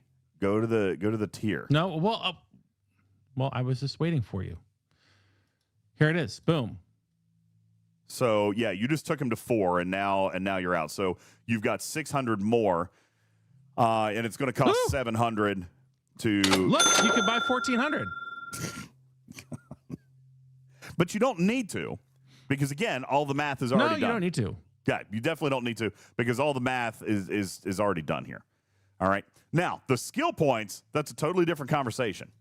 All right. The skill points, totally different conversation. And Ice Wolf is absolutely right. Yeah. If you guys want to invest in the Fleet Commander Cisco, I'm sure there's going to be a leaderboard for spending those Sigma credits and the skill points. Right now, you only have one for unlocking. All right. So there is. Oh, no, really? Yeah. Well, I better wait then. Yeah, I would imagine so. Right now, you do have an event for unlocking. There's 2, isn't there? I'm going to double check and see if it had the skill points. I'm getting something. Oh, no. Well, FC elevation or something, it's saying. Yeah, there is one for Sigma Commander credits. Oh, and there are the skill points also. Okay, so you're good. The solo leaderboard's already up. Leaderboard's already up. As I'm upgrading him, I am getting some skill points, although I seem to be getting much less than we did before, which is unfortunate. Here, I just took him to level 5, and I'm getting 30 skill points. That doesn't sound right. Is that in Jules' little chart? Yeah. 30 points again for level 7. These must be cumulative totals. I'm not seeing 75. No, because even then I'm not getting 45. Look, here I am on level 7. I'm about to go to level 8. Boom, there's level 8, and boom, I'm getting 30 skill points. Yeah, you're absolutely right. Have they changed something already? No. This is showing the tiers. So yeah, this is showing tier 1 points for 9. Tier 1 is going to pay you a total of 75 skill points. Tier 2 will pay you a total of 150. That's right, Mimi. You're exactly right. Thank you for pointing that out. This is the total skill points you're going to get out of the 5 levels. All right, so these are tiers. Okay, remember, it goes all the way to level 100, tier 20. These are tiers over here. Okay, so tier 2 is going to pay you 150 skill points. Tier 3 will pay you 195. So as he's going through, 5 levels combined are going to pay this amount. All right, so that's what it is.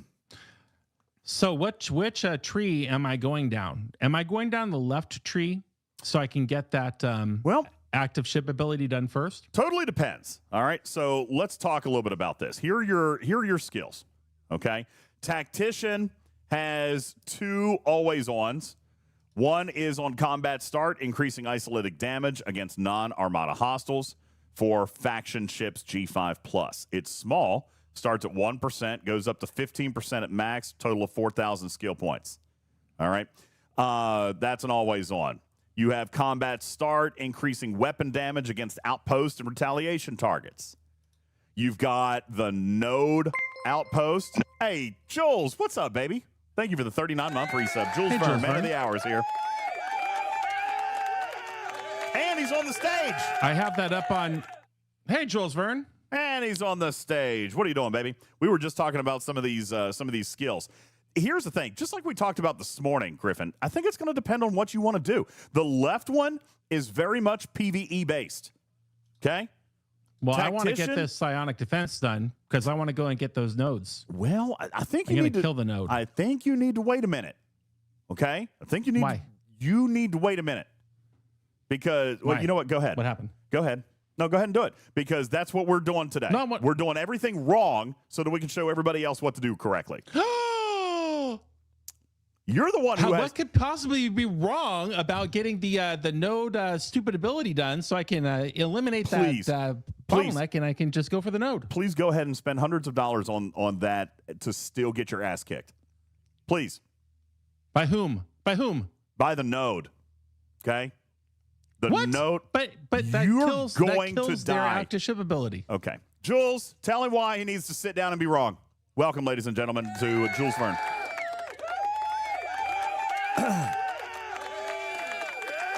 Look, if Shelby got his ass kicked, then you're for sure getting your ass kicked, Griffin. Just throwing that out there. Is Jules going to be able to talk? I see him, but he's not talking. Know. Here's the thing. Griffin, the note, yes, this looked great, okay? This looked great. You can get full immunity from the ability that is the hypothermic decay or the psionic decay, okay? You can get that, all right? It does offset the node ability, guys, all right? What it does not do is offset the 350% increase in DPR. Let's take a very quick peek inside the game. Okay, we're gonna pop inside the game. Let's go, Griffin. Why don't you go to a level 70 node, elite node, please. Go to a level 70. Just go to the system. All right, which should be below Klingon space. Go to a level 70 elite node. I'm going to go to a level 70 Cardassian. Okay. Oh, here they are. So you're going below. There you go. You go to right there, the one on the bottom, level 70. That is a node, and I'm going to go to a Cardassian one. Now, I'm going to scan this Cardassian outpost.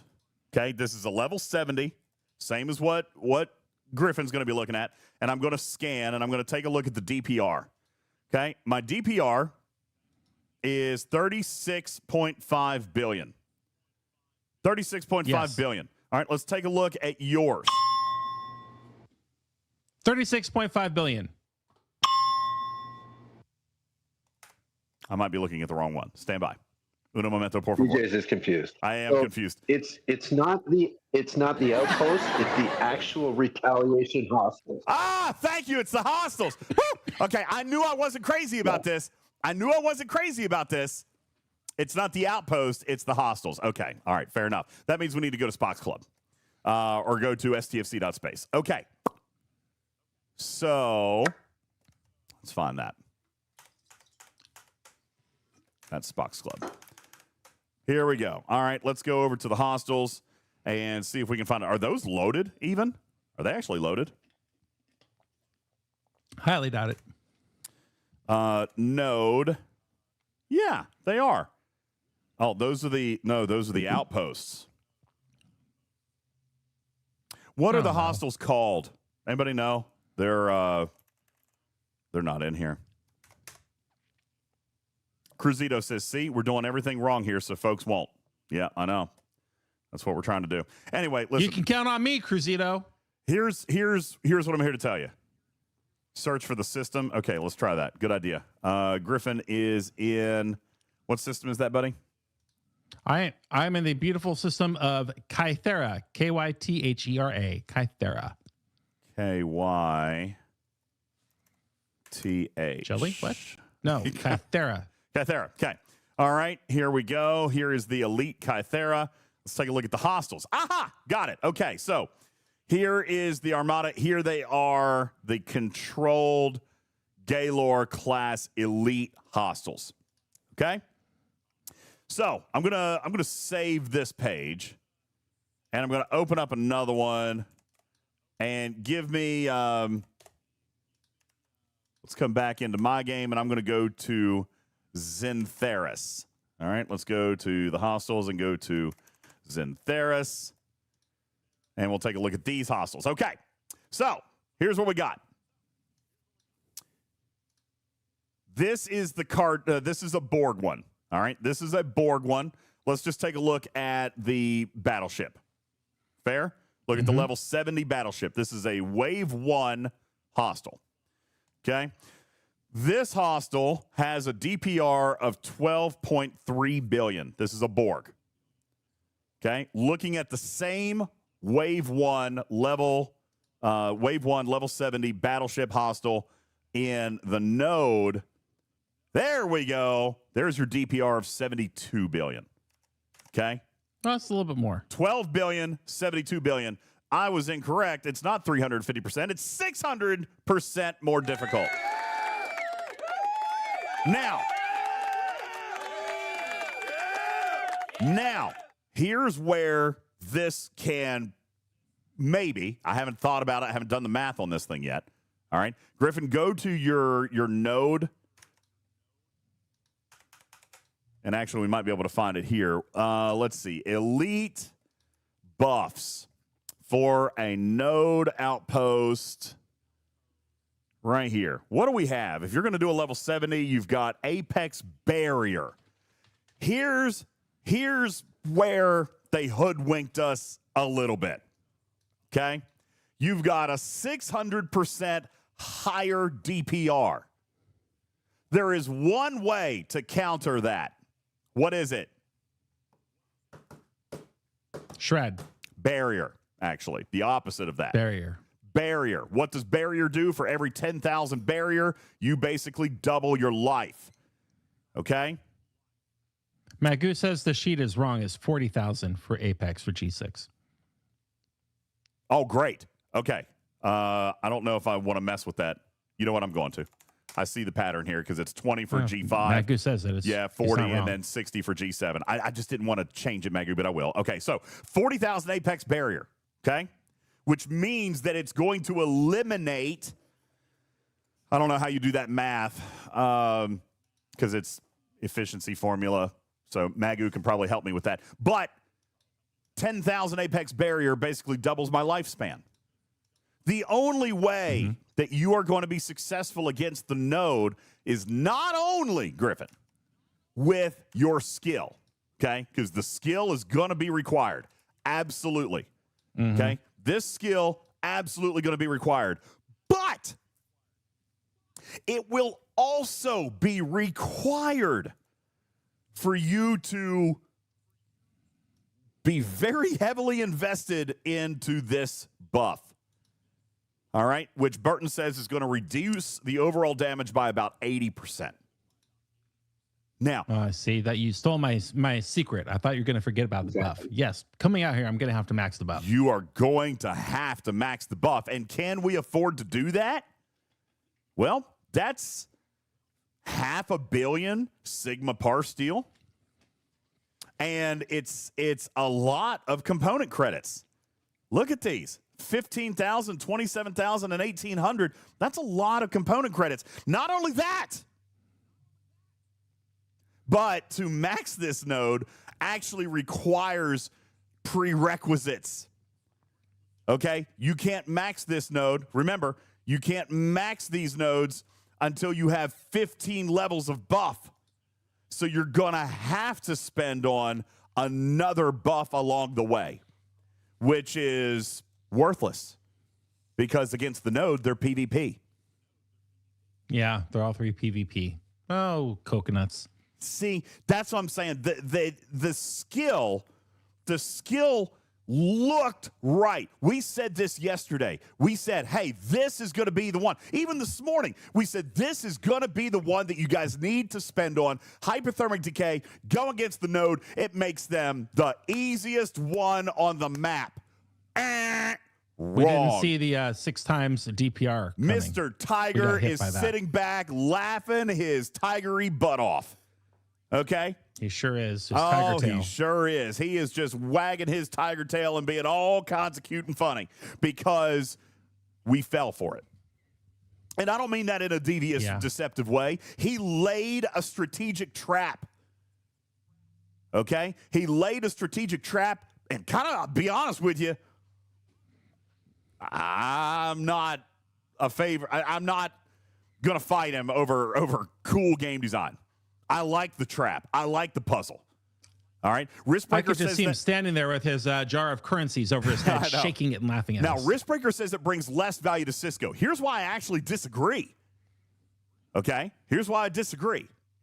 Because this skill against the node outpost will still help you significantly against the traditional outposts, of which you are still going to need to run.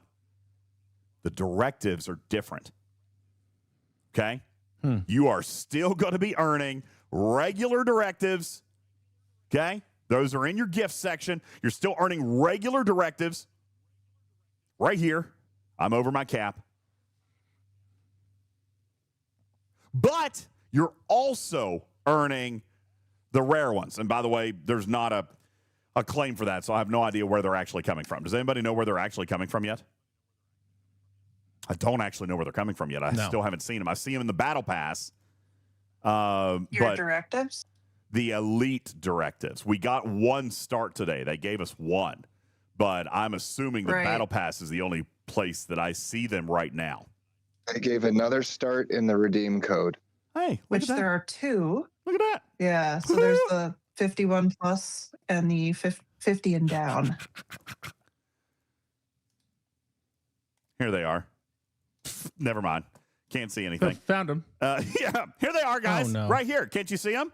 Can't you see them? They're in your Battle Pass right here. Stuck. All right. Anywho, I don't know what they actually look like. Are they these? Is this it? These little circle emblems? Outpost Battle Pass. That makes sense.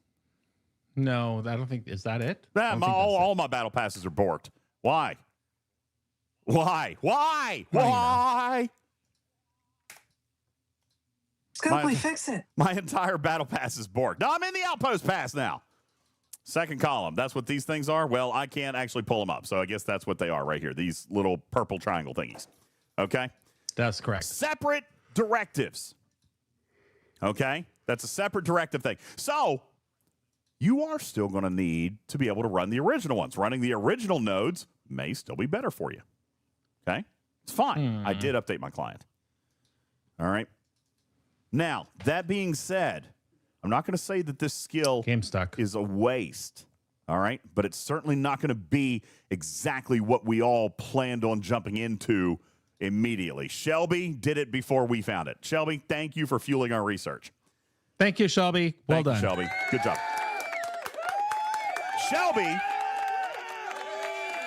Shelby helped us learn that the node is still going to kick all your all's asses, regardless of this ability, because if you use this, you are still going to have to come back over here to the buff and go full, where is it? Lost it. You're still going to have to come over here to the buff and go full tilt right here on Apex Barrier versus Node. Okay? So, be aware of that little cute little Mr. Tiger pitfall that has been built into this content. All right? Is that the node is still possible. The skill is going to be required, as is the buff. There's no way to get through it without the buff. None. Okay? Now, are there other skills? Let's continue. PvE? I don't know that I'm seeing a whole lot. Oh, wait. How about the active ability? That's great. I love the active ability. But in true Fleet Commander fashion, that ability is all the way at the very, very bottom, which means that you are still going to have to spend a few skill points to get all of the prerequisites knocked out. Now, the good news is the prerequisites are pretty much just level 1. Okay? So that's a good thing. Can you hear me at all? Hey, there you are, Jules. You're way over mod. What's up, baby boy? You can hear me? Yeah, I got you now, but you hear me? Loud. Yeah, but you are. Oh, well, I fixed. You're way over mod, buddy. Like, turn your. Okay, well, that's a good thing, right? Is that better? Getting better. It's equally bad. Normal-ish. It is equally bad. Oh, yeah. God. You are getting better, though. Don't mute. Don't mute. Oh, he turned his device sideways. Okay.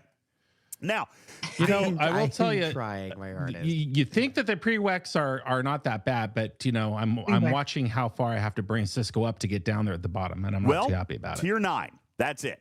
Tier 9 is all you got to go for. All right. Tier 9. Let's take a look at the Fleet Commander chart. Okay. Tier 9 is going to cost a total of 2,000. Doing the math. Yeah. No, that's a lot more, isn't it? 1,000, 14, 23, 28, 38, 5,800 Sigma credits. Oh, boy. 5,800 Sigma credits to get to tier 9. Okay? And you're going to need a fair number of skill points to get there. All right? Because you're going to work yourself all the way down. I'm there. I just need to get to tier 9. I've only spent $100 so far. Only.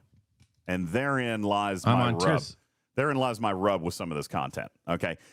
The thing, this goes back and reinforces why I didn't want Sigma Fleet Commander credits in the first place. Okay? You're paying for the Fleet Commander. Great. What does that get you? Absolutely nothing.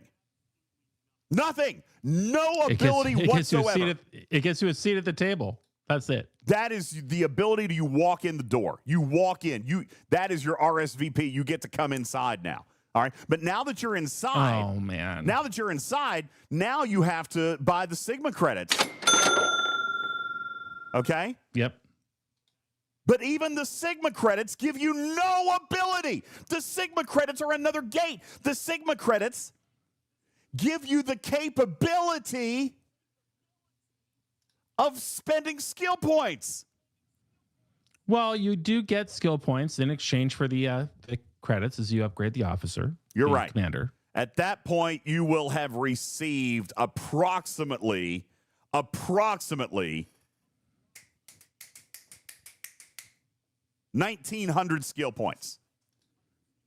Well, how generous of them. But I mean, to a risk breaker is actually putting this out in the chat. When you buy a ship, is that ship at tier 1 useful?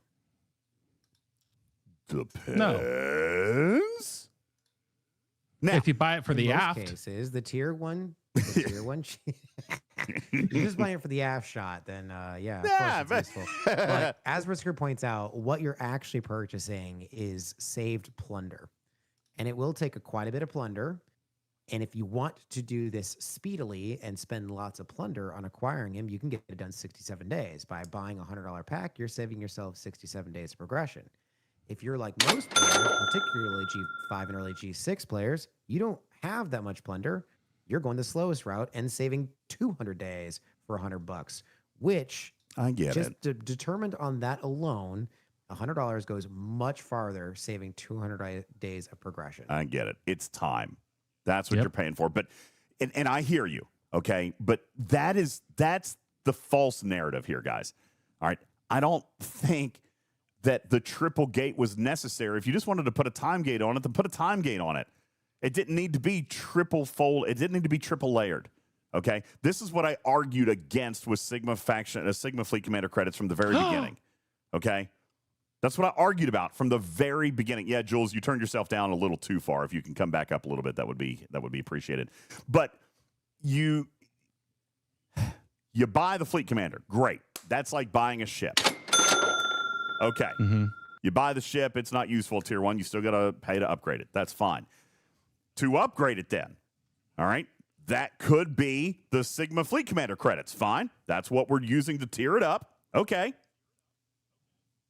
Now, you have to buy the skill points. I guess the equivalent to that would be an active ability juice. Okay? Yeah. That would be equivalent to an active ability juice. So I guess it's not an unheard of model now that I kind of think about it in that perspective, but that's why I feel like it's a little bit frustrating to me with all these gates. Okay? You're right, Risk Breaker, saving you time, but that time is an artificial construct to begin with. You know? Now, Game Junior says, hey, listen, DJ, this is one of those situations, careful what you wish for, right? When we have less monetized features, they're going to have to make more off of less, which is valid. That's fair. I am actually trying to do the same thing in my dealership right now. Like, business is down. Business is down across the country, all right? What does that mean? Unfortunately, I've got to make more money per customer now. Sorry. I'm selling less cars. I got to make more money per vehicle now. All right? That's actually a super fair point, Game Junior. If we have begged them, and we have, to slow down a little bit, they still got bills to pay. Yeah. Okay? So they're going to have to. You know what? I think the key the key here too on the monetization model is if you want to get to X spot, say in a different scenario, you want to get to your 73 uncommon warship.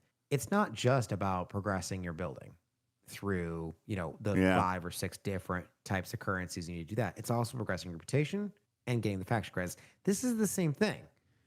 All of us can get there eventually, slowly, cheaply, or some of us can get there quickly, but you have to get that in balance, right? If you want to get to that specific goal. So this is just another version of that where they're saying, hey, we can hyper monetize this for people who want to get there now. Yeah. And yet still provide that free to play, consistent path for people who want to get there eventually. I agree. And for the record, I'm not against them making money. If people want to spend on this, as some people are going to do, that's fine. My personal thing on this really was with the Sigma Fleet Commander credits. I just, for some reason, that just stuck up my craw and I wasn't happy about it. The skill points, that was actually my suggestion. Jules, you heard me say, listen, you don't need to monetize Sigma Fleet Commander credits. Monetize the skill points. All right? I just didn't feel like it needed to be so, tri-layered. All right? That's just me.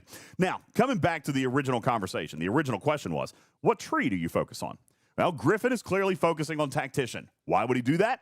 Because Tactician has the PvE buffs, and most notably, it has the active ability, which is your field repair. Okay? That's the only way. You've got to get to tier 9. You got to get to tier 9 to even unlock the 5% Fleet Commander field repair. Okay? It doesn't go to tier 13 until you want the 15% level 3. Okay? So tier 9 will get you the first 2 levels and can get you up to 10%. That's going to cost you a total of 2,700 skill points just for those 2 levels. All right? Now, that is the PvE side. You also have the PvP side, which is combatant here in the middle. Okay? Reducing enemy players' critical damage, increasing shield health points, increasing apex barrier against players. If your ship has morale, increase apex barrier. If your ship has hull breach, increase your apex barrier. If your ship has burning, increase your apex barrier. By the way, just as a point of clarification, this is not a select one, and my understanding is that they will stack. So if a player has inflicted hull breach and burning upon you, and if you're running morale, then you could actually increase your apex barrier 3 times. Just throwing that out there. Wow. This That's is great. not yes, but the numbers are small. It maxes out at 3,500 per. Maxes, by the way, at 3,500 per, which means you're still only getting 10,000 total apex barrier. Very, very small in the scheme of PvP. Okay? And those skills are extremely expensive. 25,500 skill points if you wanted to max all 3. Okay, so the very, very expensive skills. This is probably something that I would also ignore. You also have increasing isolytic damage, which appears to be relatively small. You've got officer stats and decreasing enemies' weapon damage. Okay, small also. I don't like the PvP buffs here too, but nickels and dimes. And for those of you who are actively PvP and you're super, super competitive with your PvP, then this absolutely could tilt battle in your favor. And then you have the right-hand side, which is utility, increasing mining rate, protected cargo, max cargo, mining bonuses for materials all the way through G7, which is awesome, reputation gains, loot and gains. the plunder. Plunder gains, solo outpost component gains, plunder and retaliation medal gains, and the G7 station uncommon materials efficiency and increasing your outpost fleet size. Shelby says, I went there first. Yes, me too. I probably will. I like that side. Here's the problem. Yeah, I also like the but he's active so well ability. balanced. They're all good. All 3 sides are good. Nah. You can't. There's no bad side. Yeah, PvP's bad. Okay. But I agree with There's you. a bad side for you, Griffin. What ship do you What's that? PvP with people with? The Vengeance. What ship do you use when could you be the fight cube, people? could be Vengeance. Cube or Vengeance. Neither one of those gain any benefit from any of these skills. Damn straight. So why is that? go with the right-hand side. It's not a faction ship. Because they're FKR ships You got only. Yeah. Exactly. Yeah. I've got to But use his my next ship G6, is my going to G6 be- epics. Mm-hmm. His next ship will The be a next faction ship is going to be your G7 uncommon. So Yeah. just saying. And I'm only 9 trillion away. I'm getting there, everybody. Shelby's, do you have it yet? How close are you? How many trillion away is Shelby? Crisito. All right. Now, again, as I did acknowledge, the middle combatant tree is based on PvP. If you are a competitive PvPer, then it probably is going to influence your battle. All right. Sadly, I am no longer in that category. I'm not a competitive PvPer anymore. I just can't keep up. All right. But for those of you who do, it can make a difference. Just because you can't kill the top person on your server does not mean that you cannot be competitive in PvP. That's a self-worn albatross. You could still enjoy the PvP game. You have chosen not to. You've chosen to stop because you didn't like Shred. That might be fair. That might be accurate. Omicron says unless you count Veil PvP'd monitors. an entire Veil system. Damn straight. Yeah. Sure did. That's true. He did do that. By the way, Well done. offer still See, stands. you are a PvPer. Offer still stands. $6,000 on tonight's show, and I'll go clear the Veil. Saying. $1,000 on tonight's show. Yeah, by the way, Griffin has to do it also. We'll put both screens up. $6,000, we both go clear our veils. Okay? Just throwing that out two there. different veils. That's like 2/3 of two all different US veils servers. would actually get the kibosh tonight. All right? Throwing that out there. So, there's Fleet Commander Cisco. Annihilated. Get eviscerated. Fleet Commander Cisco, your 3 trees. Far right, mechanic, that's your utility, combatant, PvP in the middle, and tactician, PvE on the left. There you go. And again, just throwing this out there, don't be fooled by even our recommendation. All right, we fell for it too. Kudos to Mr. Tiger. He got one in on us. All right, psionic defense. He got us. He got us good. Psionic defense in and of itself, listen, still a valuable skill. Not going to take that away from it. But is only one piece of the equation when it comes to defeating the node hostiles. With elites. Yeah. With elites. That's the key phrase. You could still go back and do the traditional ones. All right, the traditional ones don't change a whole lot. But the elites, for whatever reason, Jules, they pumped up the DPR on that like nobody's business. All right, Mr. Tiger was like, I'm here to pump you up. That's what he did to the node hostiles. Oh, wow. Yeah, you like Hans that? and Franz? It's pretty good. Wow. Glad you like that. Thank you. I did like that. Jules, we've spent a lot of time on your chart tonight, and we are a little over 2 hours in. So let's hear it from the head lab rat over in the Talking Trek Laboratory. Jules, what is something that you've observed today? Maybe something, I don't know how long you've been listening, that we haven't called out yet. What is something that players need to be aware of? Well, I think that you haven't seen this yet, or I don't know if you talked about this earlier. Real quick, I've been changing my microphone settings quite a bit. I just wanted to make sure You sound great. if I'm doing okay, if I need Yeah, to you're bump it good. up You're more good. or You sound good right now. Yeah, I've got you pretty good right now. Okay, Yeah. great. Fantastic. Well, one of the things that we kind of just found out was there's another change to the elite versus the basic based on a standard, right? Wave 1 retaliation hostiles or attackers was 42. In the basic version, Yes. elite, it's 30 of them. Yes, they flipped it around. Taking a quick peek. Oh, sorry, wrong button. Here we go. Taking a peek here. Yes, in the Outpost, you had 42 Wave 1s, 30 Wave 2s. It has flipped. You've got 30 Wave 1s in the Elites. You've got 42 Wave 2s in the Elite. Now, 2 things to point out there, okay? There is a pro and a con to this, Jules. One is that you're going to get to stronger loot faster, all right? But the con to that is you have 12 more hostiles than you did last time that actually are hitting harder. Okay. Yeah. So yeah, the Wave 2 attackers are hitting harder. Let's go back to STFC.space here. Okay. We were taking a look just a moment ago at the level 70, which is a Wave 1 hostile. Let's take a look at the level 71, which is a Wave 2 hostile. Okay. Let's see here. This one right here is a node wave 2 hostile with a DPR of 132 billion damage per round. Oh, yikes. Billion. 132 billion DPR. Okay? As compared to a Borg wave 2, which is only 22 billion. Again, 600% damage increase. Now, Vic accurately points out, people asked for hostiles that fight back. Oh, they sure did. The node hostile. Here's the problem with that, Vic. When there is something to gain, okay? When there's something to gain,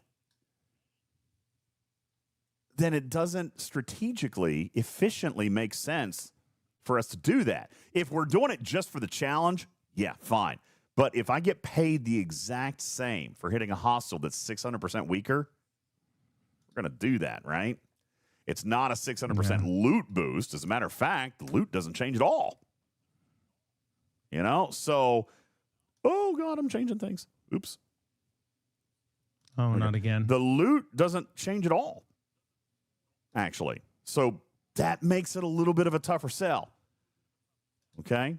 So, but by the way, I agree. Challenging targets are nice, but we're talking with very limited currency, very limited starts, so we got to maximize the loot that we can get, right? Go ahead, Jules. Whoa, whoa, Griffin, fix your camera. That's not me. That's you. You're auto zoom. Auto zoom. That's not, yeah, there you go. That wasn't me. That was him.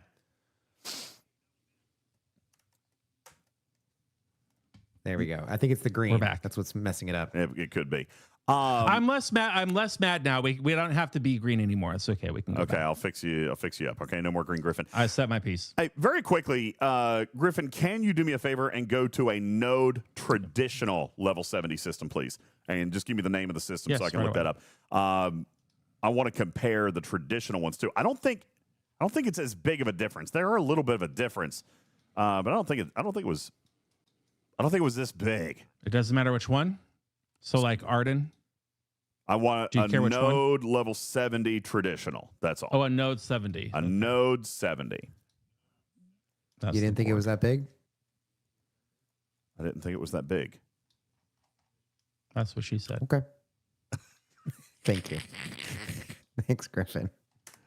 I appreciate you. You're stealing my lines, Griffin. Jeez. Oh, my. Okay. I am also going to go. There you go. It's take a look. Vexar. VEXAR. Okay. VEXAR. Vexar. Got it up on the webcam. Okay. So we're going to take a look at a wave 2, and that one is a node. And now I'm going to also come over here to Arden. And we're going to take a look at the same hostile for Borg. All right. So what we're looking at here, 3.7 billion on the Borg. 12 billion on the node. You know, so 4 times. The traditional still has a bump there. But, I mean, listen, there's a big difference between 12 billion and 120 billion. There is a lot. 100 billion, in fact. Yeah, big difference. However, you're right. There is still growth there. So even the traditional ones. Yes, 6x. Even the traditional ones are still going to need that buff. Mm-hmm. It's a weird balance, Jules. Well, what's your you know game what I design? say? You know what I say? I'll tell you what I'll say before you hear from Jules. I'll tell you right now. F the node. F the node. I'm just going to keep going with the board. Yep. Yeah, I think so. I mean, the node is PvP. You can't use it in arena. F the node. We were hoping that the node was going to come back this month. We got to cross the node out. F the node. Cross it out. F the node. You're still stuck with Cardassians and Borgs, even in the elites. Yep. Cruzito says it's future-proofing. Here's the problem. There's still no incentive. Well, there's no incentive, Cruzito. Actually, there is an incentive, and I'm going to lay it out for you. Let's hear it. Oh, no. The credits from the Outpost themselves. Now, this is a niche use case. Happens to be the niche use case that I am in. If I want to maximize my credits, I need to hit the next generation up, which is the 73. I cannot survive more than 2 or 3 hostiles of the 73. And in fact, I need lots of boost to survive the 73. I will have more success hitting an elite 73 if I can nullify that ship ability and allow me to last a little bit longer. I'm going to die against the very first retaliation attacker, but the whole point was to maximize the amount of credits that I would get from the because outpost you get itself. half just from the outpost. You get 50% of your total, right? Roughly, yeah, it's like 45%, plus the outpost control center cores and rare cores. the rare cores. So just getting that 73, like if I use my, every now and then, maybe every third or fourth, to punch up against an elite, use all my boosts to enable to get that major thing, then that skill does have value in that case. Now that is a very niche case for players because you have to be at a point in which you're available to punch up on the next generation, which means, like for instance, if you're, G6, if you're a low G6 player, that could be your case right now between doing the 60s, which you can do all day, but you can't survive a 63. This is a reason for you to target that skill so that you can hit that 63 and you can get a whole bunch of credits to start progressing through your 63 bundles. Well, it's going to require 14%. That 14% is level rank 7, rank 5, and 3,700 skill points. Okay, so it's not that bad. Honestly, it's not that expensive. And $100 pack gets you to rank 5. Is that correct? Yeah. So right now, for a player who spends $100 to unlock Fleet Commander Cisco, they can essentially get to a point, even if you're a G7 or player or late G6 player, a well-developed, Op 70, then this is that niche use case. And I think for me, in my gameplay, that is what I'm targeting is way more valuable than the loot primes at this time, at the loot skills, Agreed. at this time. And then I'm going to switch over and start working towards those loot skills. Now, just to be clear, and I wanted to make sure that there wasn't a typo, and I think Magoo is walking that back now. To be clear, the level 73 that Jules is talking about requires 14% on the skill, which is only tier 5 of the officer and roughly 3,700 skill points. Okay, 3,600 skill points. Yep. So that is relatively cheap to get to. Now, that will change. If you want to hit the 76, you got to go one step further. You got to get 16%, which would require Fleet Commander Cisco tier 9.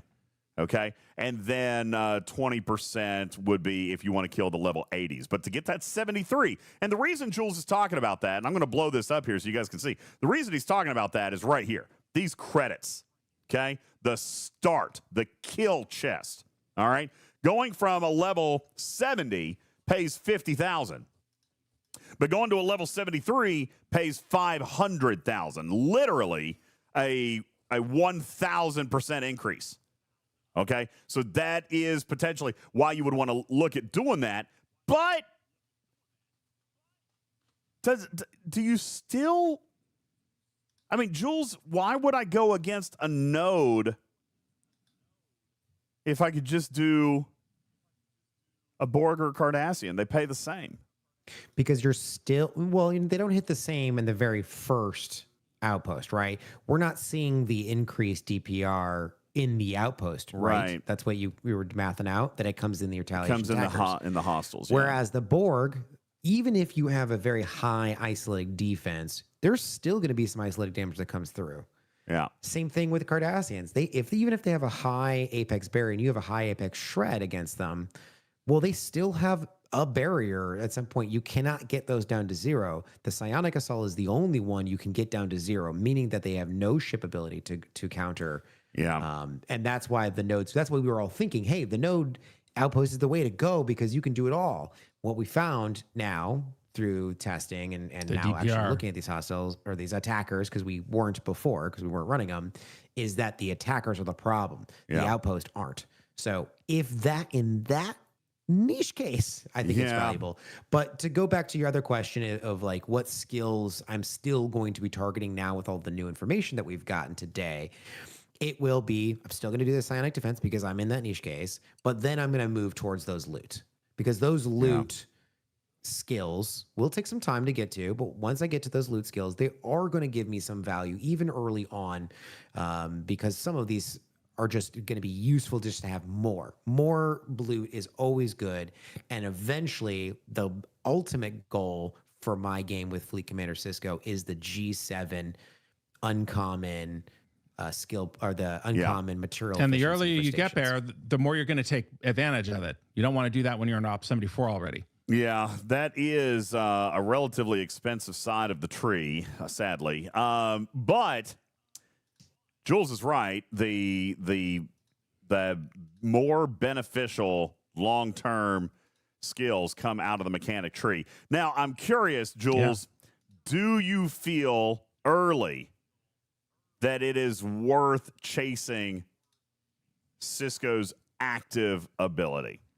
Or are you going to go full-on mechanic right away? For my gameplay currently, I don't see a use for the active ability. Where I would see that, because you just want to kill the outpost. You don't want to outlast the entire outpost, and I do, and that will be the difference between our play. Or I do, but the other thing too is I run these overnight, so I'm not going to wait and wait to the point where I can actually activate this active ability and actually have it be useful for my long-term fights.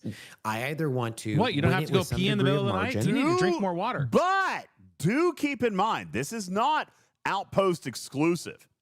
This could be arenas as well. This active ability is a field repair for all ships that are deployed at any given time, including arenas. Agreed. Totally great in arenas. I don't play arenas that often. Okay. Or I don't see that as a valuable use. But that is great. Actually, I'm valuing that skill very highly because it is so useful in so many ways. It's going to be great for people who play in arenas or heavily PvP or get stuck in a system. Someone stung them, they can't get out. And so like, hell, I'll just repair my ship so I can handle the next wave of attacks, whatever's going to happen to me. I think that's great. I think the field repairs are good. They've been popular on exclusive ships. So why not have a fleet-wide buff? I still think it's a great active ability, just not specifically for where I'm at in my game. Now, that may not be true for future content, and I may say, oh, poop, I should have gone back and done that active ability. Yeah. Yeah, I can agree with that, and I like that. That probably helps me decide to go mechanic as well. I do like that active ability, but when am I going to use it? It's actually a really good point. I don't play in arenas, and I also run Outpost overnight.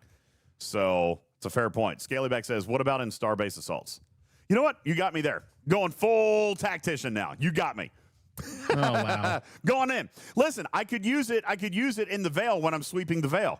Just field repair. Go right back up. You sure could. Just field repair. Go right back up there and get extra kills in the Veil. All right. By the way, just seeing it in game, I got to tell you that mechanic tree. Once you get some of the stuff unlocked, it is definitely the right way to go. It is. Yeah, the mechanic tree. I agree. And look at that. Look at that 100% bonus. Come on. Yeah, you've made some progress. Who doesn't want that right now? Now, just out of curiosity, you're at level 6 already on Community Leader, which is your G7 material build efficiency. Was that what 2-3 packs to get that far? 2-3. You bought Fleet Commander and then 2 upgrade packs. I'm at 4 packs. 4 packs total, including the unlock. So 3 upgrade packs. Yep. Okay. Yep. Well, and that gets him 100% G7. No. 4 plus the unlock. So 5 total. 1 for the unlock and then 4 additional packs. Okay. Yeah. I feel like you could have gotten more materials. I mean, you think so? Tell me about that with the freaking artifacts. Let me tell you that. Hey, do not devalue that skill because we get so little materials in packs in G7 that these efficiencies are highly potent. I did get materials in the packs to upgrade Cisco. Yeah. There you go. Okay, fair enough. Fair enough. All right, well, there you go. that is a really, really good early look at Fleet Commander Cisco and the Elite Solo Outpost. In summary, what we're saying here is kind of exactly what we did talk about this morning with regards to what is your target, right? What is the loot that you're going after? I have somehow, there we go. I guess what I'm saying is, what's your goal? Credits, cores, metals and plunder, components, because all of them come from separate places. It's definitely not one size fits all. You know, you just heard Jules talk about punching up on the Outpost, where node could still be an advantageous place to punch up, but that's only if you want credits and cores. If you're going after metals and plunder, you need to be able to last all 72 hostiles. All right, which is going to be better? Probably the elites, if you can survive, but we are seeing significantly higher capabilities out of the elites as well. Mm-hmm. Now, that is correct. Thank you, Pong. The spreadsheet also has this amazing spreadsheet here by Revdeuce and Pseudo with collaboration, I think, from Blue Mandalorian and Jules and several others. You've got your officers here that do work against Outpost, and these are the same for traditional Outpost as compared to elite Outposts. All right. So here are the crew that would work. Pixelate says, I would like a 2 crew and a 3 crew recommendation. So 2 crew, I feel like, is relatively simple. The 3 and the 4 is going to start to, Tarpy says we're going to need a 4 crew soon. Here's the thing. We don't have a 4 crew. I mean, it's going to, I guess. No, you do. Technically, you do. You have a 3 crew and a meat shield. All you need is the meat shield on that second battleship with that second interceptor, because it's going to die eventually. Well, what's the meat shield? It saves your other one of that rounds. Matters, are you still on the stage? No, he's gone. Jules, have you put thought into a 4 crew scenario? Because I certainly have not yet. No, I haven't. And I do wonder what the 4 crew scenario would actually provide you. Because it's not like having a 4th ship. It's a meat shield. Going to really... You bring your second battleship and you keep your primary battleship alive with the meat shield. Oh, I just said that. No, I see what you're saying. You're saying manipulate the triangle, right? Put a ship there that you know is going to be attacked first to preserve your heavy hitter for longer. In a lot of players' situations who may have only built 1 ship per maybe shipyard level as they go up, maybe their 4th ship is like 10% as strong as their other 3, their top 3, which is my case. That's probably true. I'd probably be better served putting a miner in my 4th slot. That's not the player that's going to unlock that ability. See, that's the thing. Today. Riskbreaker, you're right. The hostiles are random. So you control that by running all 1 ship type. Okay? You can control that by running 3/4 explorers, 3 or 4 battleships, or 3 or 4 interceptors. You can control that by running the same ship type. So if you're going to run with cubes, and if you're going to strategically play it like Griffin wants to play it, you got to run with 4 of the same ship. What is the Vengeance? An interceptor? Yes. Yeah. So that means he would have to leave the cube at home. Right? No. Well, if I did that, but I think that's a terrible idea and terrible advice where I am in my game. I don't have 4 battleships that I'd like to bring, or 4 of anything that I'd like to bring. Well, then you can't control the triangle. Bring a second. If I'm bringing my cube, which is the battleship, which always dies first, by the way, the Enterprise E always outlasts it. Then I'm going to bring another battleship, and I'm just going to keep that cube alive longer. I'm going to bring my G6 Epic battleship along with the G6 Epic Explorer, which is the Enterprise. What do they hit first? And that's going to really push before I head. Lower power or bigger power? They hit lower power first, right? Lower power first. Mm-hmm. So no, it's not going to keep your cube alive. It's not going to keep your cube alive longer. They hit lower power if it's interceptors. They hit higher power if it's battleship or or explore or surveys. Wait, what? Oh, that's weird. What? I never heard that one. No, What? Really? what? That's not right. Are you serious? Yeah. So if you run a Vengeance and a Crenshaw, The it's gonna Serene hit the Squall. Crenshaw first. If you run in there with say a scimitar and a cube, it's gonna hit the scimitar first. At least that's what we were finding with the regular. I agree with Cruzito. Bring the Serene Squall. Bring a good miner as your fourth to balance out the triangle. It's a good face. It's a good face. So Scalyback was wondering, for people who are first entering this outpost, what do they need? Do they need to get to Shipyard 56? Is there anybody else in the chat who's kind of at that level, who's been able to use maybe specialty ships like the Talios and Protector to successfully take down an early outpost? Sorry, can we go back to the battleship thing? I'm sorry, I wasn't listening to the last 60 seconds. You're telling me that if it's an interceptor, that it hits the larger ship first. And if it's a battleship, it hits the smaller ship first? It's weird.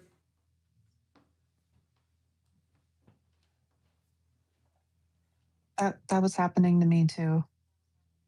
My cube and my scimitar, because I was keeping my Crenshaw out of my outposts because I wanted to use it for dailies or whatever. It was hitting the smaller of my Crenshaw and cube, and then my Crenshaw got bigger than my cube, and then it was hitting my cube first. Or it was hitting the one you wouldn't expect it to hit first. It was hitting that one more. It's not 100% consistent, but if oh god, Griffin's gone and you're chugging Ghost. My Did we break DJs? My brain needs 1,000% more epic focus right now to fully understand what you just said. Okay, Omicron's got a screenshot. Maybe I can be a visual learner. Let's take a look. All right. Smaller battleship first. Okay.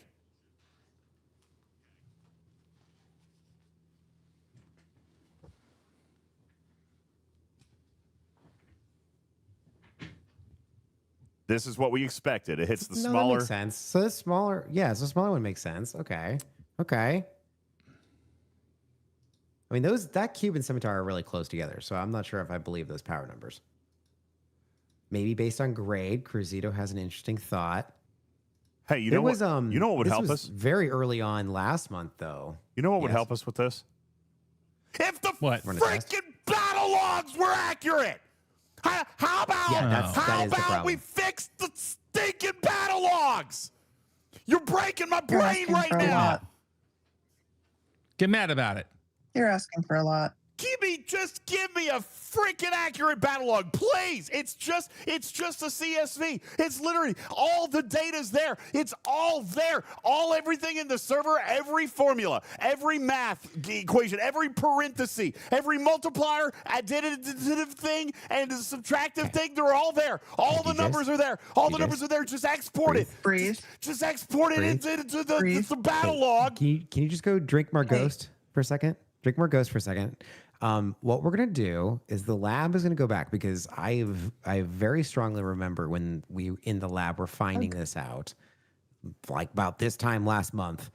And we had several screenshots that recorded and kind of proved what the theory held. So we were going to go back to that. And in our next podcast, we're going to very calmly talk about how the mechanics work. Thursday. Well, that's no fun. Sounds great. I just said the next one. I didn't say necessarily Thursday. Whenever we can calmly You said talk the through next this. podcast. Dude. No, Magoo. No. Listen, I'm not arguing against the triangle. I get the triangle. But what we're saying, what the chat is alleging right now is that in this screenshot, okay, yes, the battleship came. This is correct. It's going to hit the battleships first, and it hits the smaller battleship first. But then when it goes against the interceptors, it hits the bigger ship first? Wild. No, it hits the smaller one. Okay. So this is where this actually bucks what my assumption is, right? My assumption is when there is 2 interceptors, it hits the smaller first. When we were testing with just battleships, it was killing the more powerful battleship first. Okay, However, no. these 2 battleships are so close Here's to another. power number, it's hard for me to trust. Here's another. So Cube is bigger. Okay, It's and hitting these the are all smaller. elites? Well, no, these are the traditional ones. We haven't tested the elites. This is a traditional one. I'm going there No, right last one now. was Hold elite. on. Last screenshot you just put up there was an elite. Yeah. So maybe they've judged the battle engine or have changed these ones around. But Well, here's a but traditional one. I will go back in the lab and find where we have that evidence because the only things I've ever run on these are interceptors. That's the only tests I ever have. I think we need to walk that claim back. We're going to need some better data. I'm not prepared to completely Agreed. throw out Agreed. the entire So let's battle not- engine. It hits the smaller one first, Exactly. and again, you can control the triangle. But, Griffin, circling way back 10 minutes ago before my stroke, you would still have to have all of the same ship type in order to control that order of operations, regardless of Yeah, you what would. retaliation hostile hits you. Yeah. Shelby says, I had that happen. My cube died before my scimitar. But which one had more power? Shelby. I'm sure they're both maxed. Right. So which one was his bigger? cube would. His cube should have more power than a scimitar. And his cube died first, which means the bigger ship died before the scimitar. So I think we just can't trust the power numbers in the battle log because remember, cubes don't get a lot of the same research either. Well, we just need more test results to come back, and we can rediscuss this when we're calm and we actually can see and prove the You know what? results. I'm not gonna particularly. I mean, there could have been a patch as well because with all of the battle log inconsistencies that we've seen in the past month and this month, there's been a lot of reports going back and forth within the internal dev chat about how to fix that. So there could have been some fixes that actually happened. Well, I'm going to throw that out have changed what our expectations are. I'm going to throw this out. All right. None of this conversation is absolutely in any way, shape, or form required and or necessary if the battle logs worked. I'm going to say that peacefully. You're right. I'm going to say that peacefully and calmly. And the last thing, fix the battle. And the logs. last thing too was when they talked about how this battle engine. Last time they talked about how this battle engine was supposed to work, it was supposed to be exactly how when you attack a base. When you attack a base, it always attacks the strongest first. They so did. that's They did where, say that, yeah. Yeah. So that's where our assumption started, and then we started to disprove that assumption. So it could continue to disprove it, so it's always the weakest first, or Here's we could another. find some things. Here's an elite that even with the interceptor is hitting weakest first. That is correct. That's what it should hit. Yes. Yeah. So I think it is hitting weakest first. I think we just can't trust the Borg numbers because the Borg cubes have been borked forever. The Borg cubes have been broken forever. Also be true.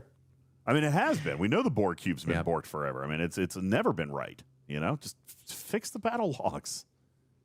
That solves this whole problem. Fix the battle logs. Anyway, It really does. That'll make you happy, kitty cat. Whew. All right. Anyway, there we go. Anything else you guys want to see? Let's open up the floor for, say, 5 or 10 minutes for questions, and I'm probably about ready to go. Pong says, what about those best crews to use? I feel like this is a topic that's going to just take so much time to get into crews. I mean, I can show you the crew that I'm running for 2, all right, which, to be fair, is what 80% of us players are probably doing. Murphy, thank you for the 37-month resub. All right. I'd say 70 to 80% of players are running still with 2. All right. We don't have our building I can show you to 40. I can show you my 3 if you want to laugh at it. Well, we'll look at Griffin's here in just a second. Here's how I'm running my 2. And again, this is specifically because of my control center is not level 40. And obviously, I have not done anything with Fleet Commander Cisco. Now, Griffin has the 3-ship setup because his command center is level 40. And eventually, he's going to have Cisco, so we'll be able to work on a 4-ship setup. But my 2-ship setup is this. Primary ship, I am kind of going for loot-ish. All right, I'm going DJz and Toli with some synergy there, and I've got a status effect Lorca on the bridge. Under deck, I'm just using status generic status off or generic damage boost. That would be Dechok, which is giving me increased weapon damage boost. Joachim, who works for isolated defense. Hull repair. The doctor gives me loot gain, and by the way, they changed his tooltip. He always worked. Just throwing that out there, but his tooltip now reflects that he works. I don't know why Chakotay's on. I probably did that for stats.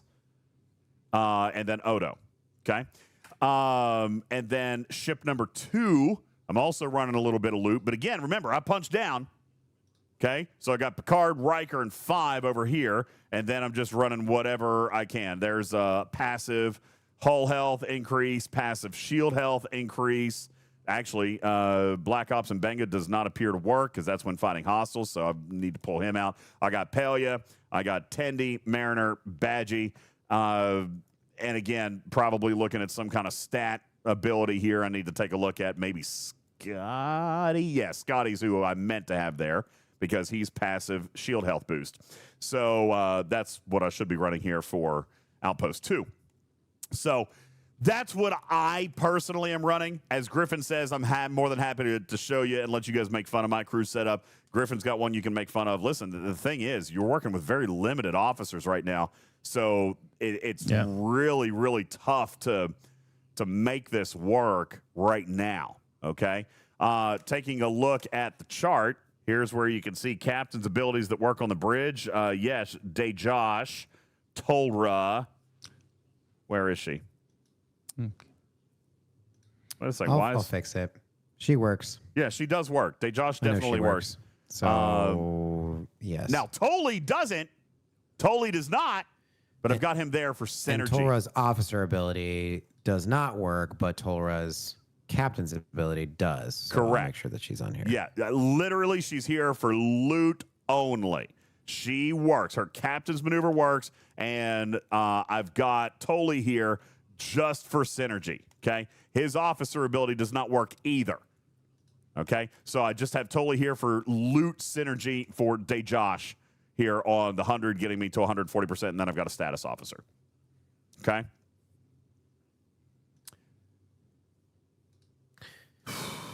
Jonas, here, good question. Are you actually getting loot bonuses to make this worth it as opposed to going for stronger hits on the higher outpost? Good question. Oh. That comes back to what Jules was just talking about here a little bit ago.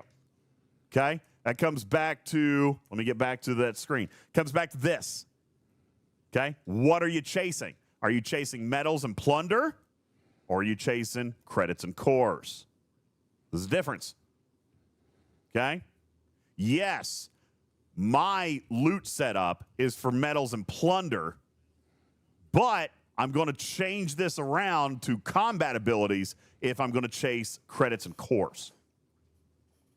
Okay? So it does depend on what I'm targeting, right? It does depend on what I'm targeting. I am not strong enough to do what Jules was talking about. I cannot kill the 73 under any circumstance. I've tried. I can't do it. Even with everything boosted, max fortify, I can't do it. Okay? I'm going to probably eventually need a stronger ship, more research, whatever. I'm too squishy to do a 73. So I'm forced to punch down. So I'm just going after medals and plunder because I can't get what I need to get out of the controls and cores or credits and cores. A stronger ship like a vengeance? Don't be ridiculous. So my 2 crews, I'm just going to name the bridge officers for trying to punch up against the 73. 5 of 11, Lorca Khan, and I put that on the ship that I know is going to get hit because Khan does need to be hit in order to work. Yeah. And then on the second ship, I've been running Martok, Chang, and E. Riker. Yeah. So both ones will get And with the Lorca on the ship that's getting hit will give me the whole breach that I need for Chang on the second ship. Yeah. So once I lose that weaker ship, then this whole crew kind of this whole setup falls apart. But it's great for that, big hit, punch up, first strike. Yeah. Yeah. This is the 3-ship setup that I use. And this trio will kill all the way through a Op 73 cube or Borg outpost. So you got This is on my Gorkon, cube. Chang, Bael on the bridge. They do great. Mm-hmm. All right. And then here's the That's secondary. on your big one. That's on what? That's on your cube. All right. Then the That's Vengeance. on the cube. This is on the Vengeance. Running GG, E. Riker, and Gorkon. Gowron. Gowron for the shield deflection with supported power underneath. Everything's maxed on the power for attack, defense, and health. Okay. And I have a lot of that going on there. And then on the third crew, surprisingly, One of that's 11. what lasts the longest for the Enterprise. Going shield deflection there. I like that. Because his captain's maneuver will work, right? That is generic, just mitigates. Yeah, just mitigates more shield. Yeah, I like that. He's the original Pike. So, I mean, he works there. That's going to get more shield mitigation and save your hull longer. And then you've got Kirk over there for morale. TOS Kirk? Sure do. Why not Kelvin Kirk? In my testing, he seemed to proc more. I don't know why. But, What was Kelvin Kirk? Only 80%? Yeah. I had some lazy Kelvin Kirk, so I got mad at him and I fired him. Okay. He's out plunging the toilet now on C deck. Gotcha. And TOS Kirk is doing that. Okay. Sorry, Chris Pine. Have a seat. Shatner's in charge. Got it. That's exactly it. Yep. And so that's the trio. That plus, of course, we always hit the max fortification at the beginning. We always also do the Cerritos boost at the beginning, and that'll sell all the way through. Interesting. Okay. Sugar Red says, are you running shield deflection on an interceptor? No, he's got shield right there. Shield deflection is on the Enterprise. Yes. And Sugar Red, any of those officers that increase any one of the mitigation stats does help your mitigation regardless. And the change of actually putting them on the correct ship is minimal. So it usually is best to make sure to have a mitigation officer regardless of what ship type you have, particularly if you can't maximize which one's on which. So I like those crews, actually. That's pretty creative. Thank you. I've put some testing into it and put a lot of time into, moving things around a little bit. I did 11. the same with what I could on the Forbidden Tech. One of 11 does very well there. That's wild. And those will be in the graphics room on December the 9th at 11:24 p.m. Eastern. One of 11's not in the chart either. I'll Really? make sure that's in now. Yeah, we're going to have to add 1 of 11. He's not in there either. That I would not have thought of 1 of 11. That's brilliant, actually. Thank you. Good call. I try. People are using him for G7 hostiles too. Because of the As shield a mitigation. captain. Yeah. Interesting. Yeah. Well, when we're talking so much about shield, Seska and Suter, I mean, yeah, I can absolutely see that. That's wild. Interesting. It's a very old officer. And I like it. But effective. Old but effective. Yeah. Just like me. There you go. All right. Cool stuff. All right. Anything else? Other questions in chat? Because I'm ready to go to bed. And we've hit 3 hours. Sleepy time. And I'm trying to think about how I want to do the summary and the description and all that stuff tonight. Oof. Always takes so much time after the end of the show to do those things. Might do it tomorrow. Do it in the morning. No, don't be lazy. Just get it done. Come on. Probably should get it done. Listen, this morning's Talking in Cars episode is uploaded with timestamps. And I'll have you know that I took a little extra time today, Griffin, and turned it into a YouTube video as well. I haven't uploaded the YouTube video, but I took the podcast, Jules, and I overlaid video through the whole thing. Now, I didn't do it. it. It exists. I didn't do it in a professional way like Griffin would have done it. I played the podcast back and just clicked stuff on the computer and then recorded a video in OBS. That's exactly what I would have done. Wait, you That's didn't exactly AI how you it? do it. No, I didn't. No, I didn't AI it. I actually made video game footage, and I didn't AI it. That's crazy. I know. I can't imagine anybody doing that. But What? Crazy stuff. Anyway, I made it, and I haven't uploaded it into YouTube yet, but I did that because I also I wanted to make it available for the people who like the video playbacks as well. So I did it. The podcast is there, but I'll have the YouTube uploaded tonight. Okay.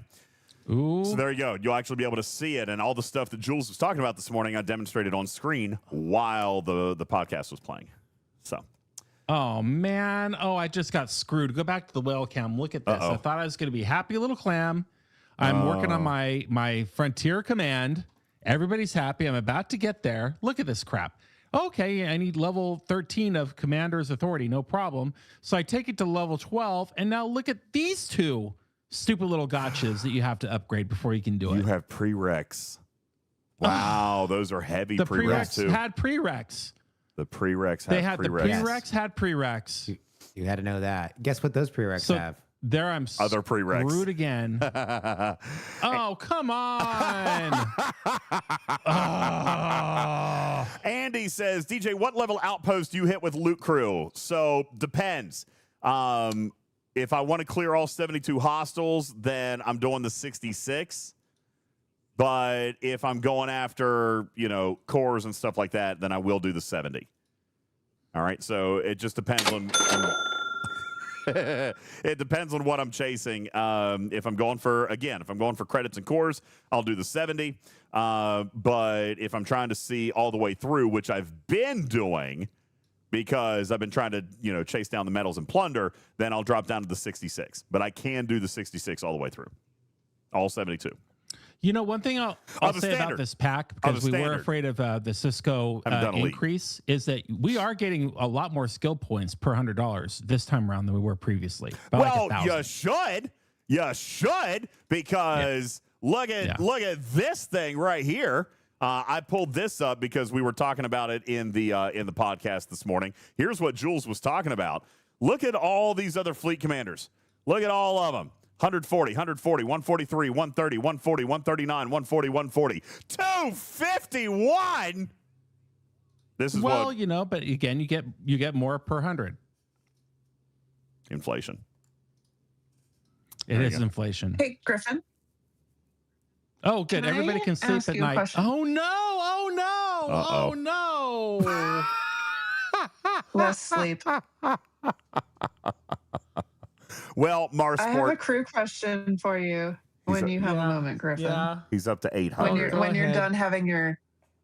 Okay. I was going to say, I can wait until after your stroke because DJ's had his stroke already and we can wait until yours. Your turn for a stroke, buddy. Your turn for a stroke. Go ahead, Sharpitude. Giggity. Okay. So I'm skipping back a topic too. So the crews that you posted in the graphics room, for those of us with fewer lower deck slots, are the people closer to the right-hand side of your lower deck slots kind of the first ones to go, or do you kind of have them mixed in? Generally speaking, yes, but I'll have to go back and look because I do try to improve every time and sometimes get a little bit lazy on my below deck ordering. Yeah. But generally speaking, you can kind of tell which officers are there for power if you just look at their below deck ability. Some of them don't have a below deck ability. And so that's what I would get rid of first. And some of them, like the doctor, even though he works for Luke, I would stick somewhere because his stats are also good. Oh. There it is. So now he is. I'm not. Now he's up to 4 I'm not ships. ditching the doctor because I'm there for the loot. So if I can get a 50% bump on the loot, then the doctor is going to be very important for me to want to be there. Now, just out of curiosity, now that you just unlocked a 4th ship, what are you going to crew it with? Yeah. A meat shield. Does my microphone work? I'm going to keep it what are you going to alive crew as long as I it with? possibly can. What are you going to crew it with? Power. Just power. Oh, wow. All right, we'll see this. Power. Yuki Kirk Zhao says Omicron. Yuki Zhao. Kirk. Perfect. Yes, Omicron is right. That's Yuki actually a good one. Kirk Zhao. Perfect example. I like it. And plus, in addition to the meat shield, which might only take 2 or 3 rounds worth of hits, but that is 2 or 3 rounds of hits away from the other ship, I am also going to have Cisco's active ability that I can pop every hour and get right now probably 15% back. So that's 15, 30, 45, 60, 75. We run it overnight. We run it overnight. I have to pee. I wake up and I pee. I don't know what you people's problem are. I like to use my Vengeance. I like to go sit on my heated Vengeance toilet seat and play Star Trek for 10 minutes at 3 o'clock in the morning. Does that make me weird or does that make me normal? Okay. Yeah, no, it's fine. You're normal. You're a normal guy. There you go. So I'm going to take my 4 ships and my happy little ass, which is very warm, over to the elite outpost, and I'm going to start it. And I'm going to see what happens overnight. What free ship? swag? That's where I think I was weird too. There. What ship are you going to take? Huh? Do you have a second maxed epic, or what are you going to? What ship are you going to take? I do. I'm going to take the G6 battleship. Scimitar. You'll take the Romulan Scimitar. Don't forget, take the Scimitar. Griffin, that Yuki does nothing when you have a slipstream.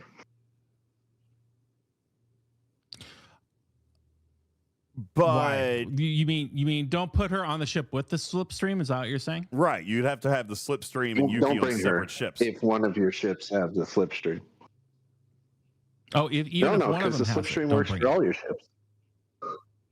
Oh, that's true. It's gonna. Right. It'll bypass the shields. I love everything about that. For everything. Right here. So, you see it right here. No need for Yuki. Right here. Fix them up. No. I think it works for. Decreases opponent's shield mitigation every round. Why would that not work? I see slipstream on the battle logs of Outpost. Decreases their mitigation. Yeah. Yeah, Riskbreaker agrees. You don't need her because it applies that to the target, so you don't need a shield strip because you're already mitigating the shield, the damage away from. Okay. Okay, Bud Knight, if you had a captain's chair like the Vengeance in your bathroom, let me tell you, you might sit down to pee occasionally as well because you can sit, you can enjoy your game. You never know what's going to happen, and while you're doing it, your butt's heated. So I mean, I do sit on my nice little really Vengeance expensive toilet, man. I mean, it's a stupidly expensive toilet. It sprays. It's the Vengeance. It's like a walk-through car wash every single time. Okay. It is. It sprays fresh as a daisy. Like when you're done. Directional. Multiple angles. Okay. Like you getting actually sounds uncomfortable. Full on clean after a while. And then a blow dry. Okay. You get the blow dry at the end. It has a nice little blow dryer at the end. Yeah. Yeah. It is not better than the pergola, but I wouldn't be mad if the Vengeance were out next to the pergola. Fewer steps. Shelby says we have 2 of them. I mean, I get it. I mean, some people are in on that. Does it spray water? Well, yeah. Yes, it does. Yes. Absolutely. Right in the nether regions. And if you're a female, it also takes care of both opportunities for you. So, double the usefulness. And they don't have to pay double for that. I think that's kind of weird. You have to pay per use on this toilet? That's all I got out of that. It's coin operated. Oh, okay. Yeah, I mean, I installed so many people want to come over, and all of Penguin's friends want to come and try the Vengeance. Let me tell you, there's a line out there sometimes. I had to put a tap to pay on the door. Otherwise, I never get to use it myself. I feel like this show just ended right here. Like this was a great show. Slightly. Great show, and it just died. Screeching it just halt. pays for itself. No, it died a while ago. That's where Voltron has it all figured out. How do you think Griffin makes his money? Well, it's simple. Ghost Energy sponsorships and Vengeance use. Perfect. Should Better, we go you might back? need Should to we say go that back to again. talking about the Loop Museum? Because I had to sit through that for 45 minutes. Fair. Of anguish. That's Nope. fair. Well, you know Nope. what? You had to Nope. sit through the Meridian for 45 minutes. I will sit by while you talk about both opportunities for 45 minutes. Thank you. Okay. I'll just sit back and learn about opportunities. Okay. That's what we'll do. Hey, I just say what the rest of you think. Okay. So sorry.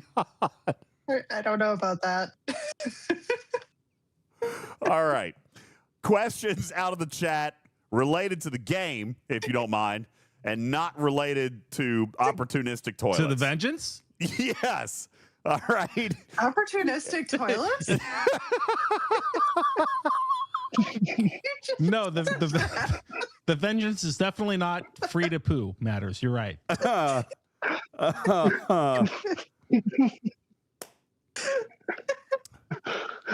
As the viewer count plummets. Thank you. No, Killer, I'm not playing your sticker plot. from yesterday. You got to The write.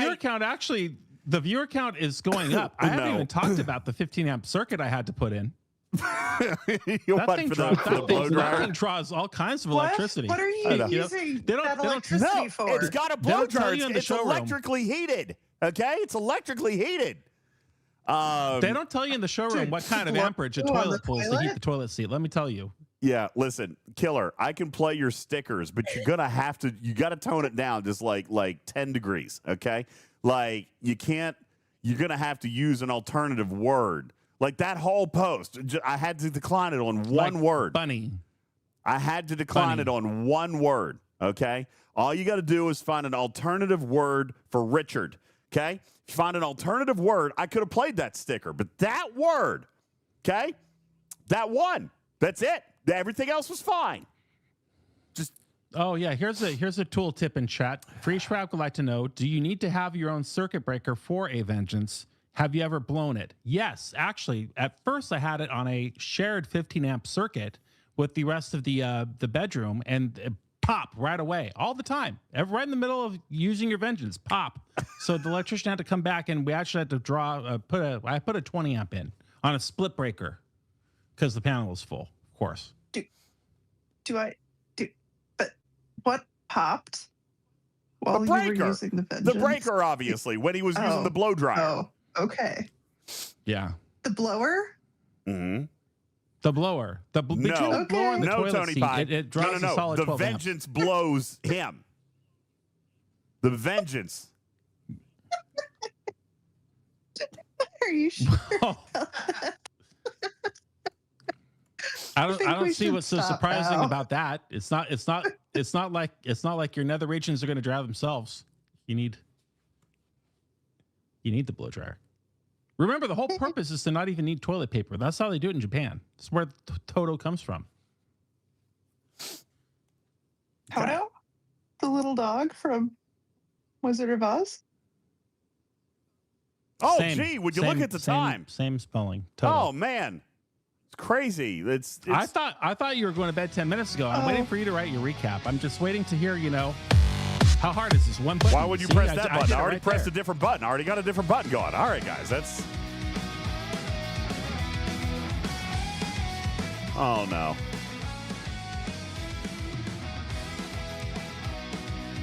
God, Shelby Killer, says if everyone why? experienced it just once, they would all have one, and that's Why? very true. Killer, what is your deal? Why? Why does it have to be that? Did they replace the wrong word?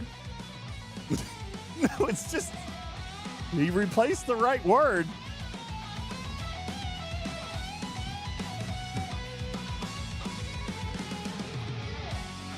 With something worse? Yes, it's actually worse. Apparently. It's worse. I want to see it. Screenshot it and send it to me. I can't Well, see it's it. about my vengeance. I don't wanna hear it. Wait, Griffin can deceive blow my bitch. Just sometimes.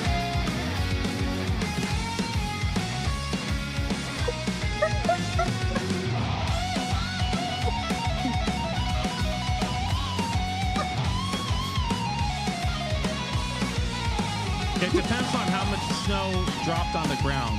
Are you dealing with 4 inches of snow or are you dealing with 14 inches of snow?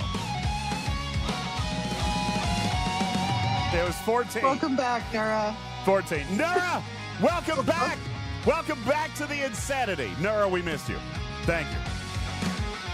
You guys are incredible. Thank you so very much. We're going to call it a night for tonight, and I'm going to go die of embarrassment. And then... Let's see why. Trade. Yeah. There's a hype train coming. What? There's a hype train. What? You guys do this. You guys do this every show. We can't leave during a hype train. You know we can't leave during a hype train.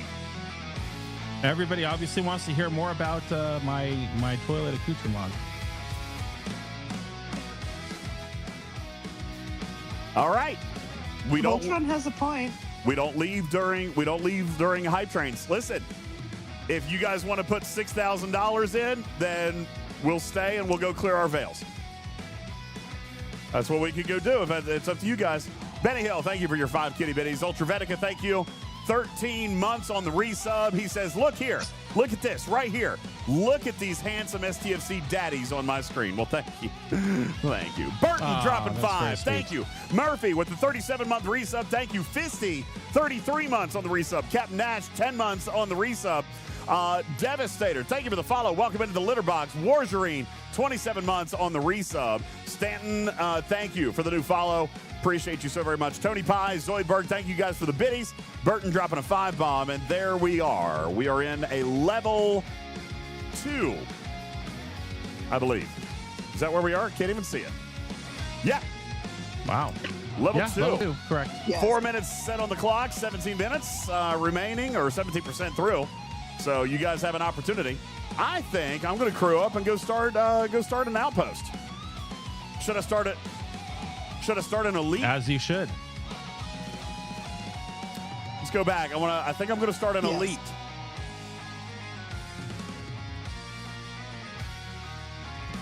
I am also starting an elite. I'm afraid to go against the 66 because they are harder. I think I'm going to try a 63. I'm going to go to 70. I'm going to go 70. I do a 66 regular, so I think I'm going to start on a 63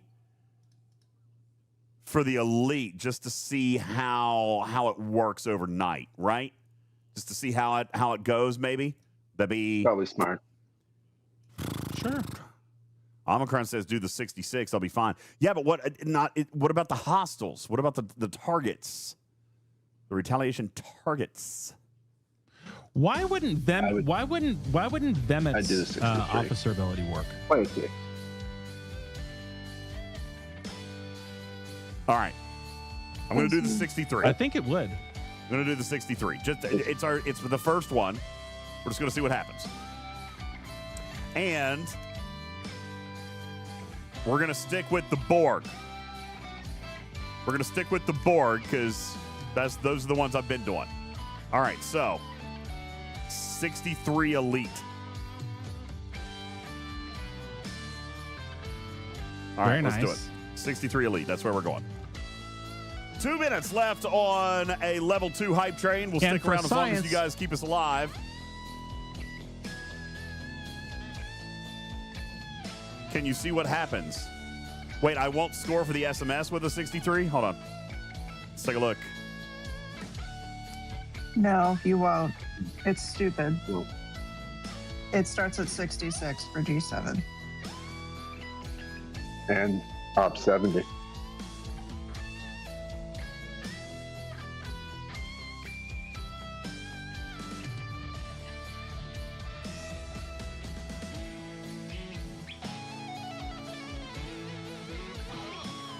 I've got to do the 66 then. Okay. We're going against the 66. But you know what? We're going with the 66. So we're also going to send a max fortify. Yep. Yeah, you are. We're going to send a max fortify. Why didn't that? Okay. Weird. And we're going to find the 66 elite. Oh, boy. What system are you in? Oh, boy. I'm going to Fenrithar. What system? Fenrithar. Okay. Game stuck. Game stuck. Game stuck. I'm going to go there too. Game is stuck. The game's stuck. There we go. Okay, we're moving along. All right.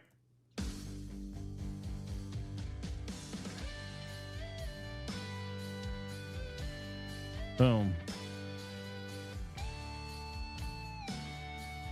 Boom. Riskbreaker says not to worry about it because the traditional ships. The traditional would also satisfy it. That's true. A 66 regular. You're right. You're right. It would clear it. You know what? You know what? Let's try it anyway. You going to 70? No, 66. Let's just see. You know what? I know I can clear all 72 hostiles on a 66 traditional. Let's see how we do in a 66 elite. That gives us a baseline. Gives us a baseline.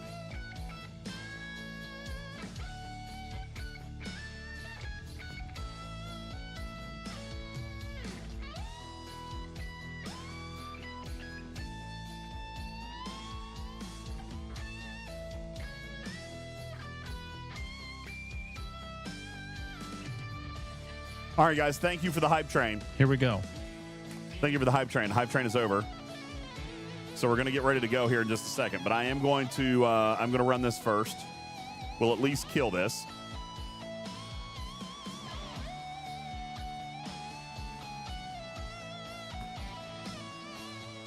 I'm going to do a 70. If I could actually click any targets. Org. Uh-oh. No way. You're joking. I mean, it's just really laggy.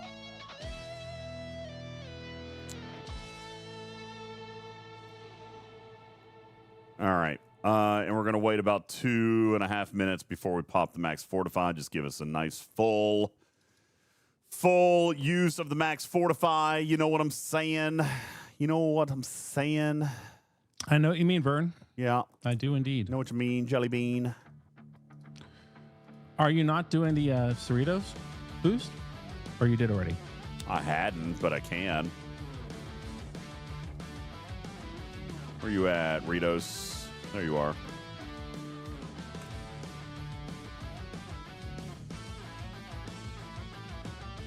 Oh, AC's up there. I didn't see that. Duh.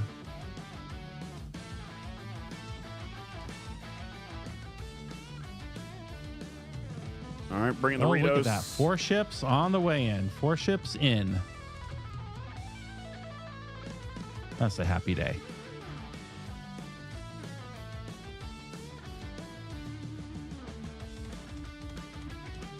That's weird.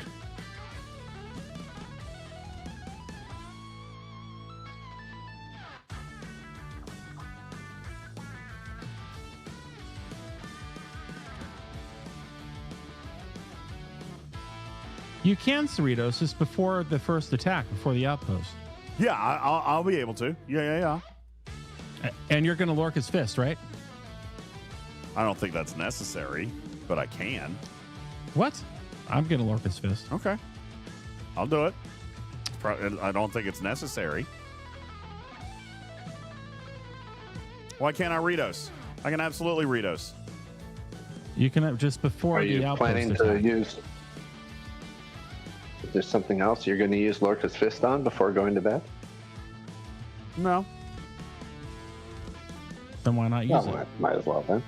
Okay, you want a cloak too? Okay, fine. Why are you guys acting like this is a big deal? This is not a big deal. It's a 66 outpost. I've got a big deal on my screen. I've got 4 ships in my first outpost. Congratulations. And you're only doing a 70? He doesn't care. Pansy. Well, yeah. You told me to.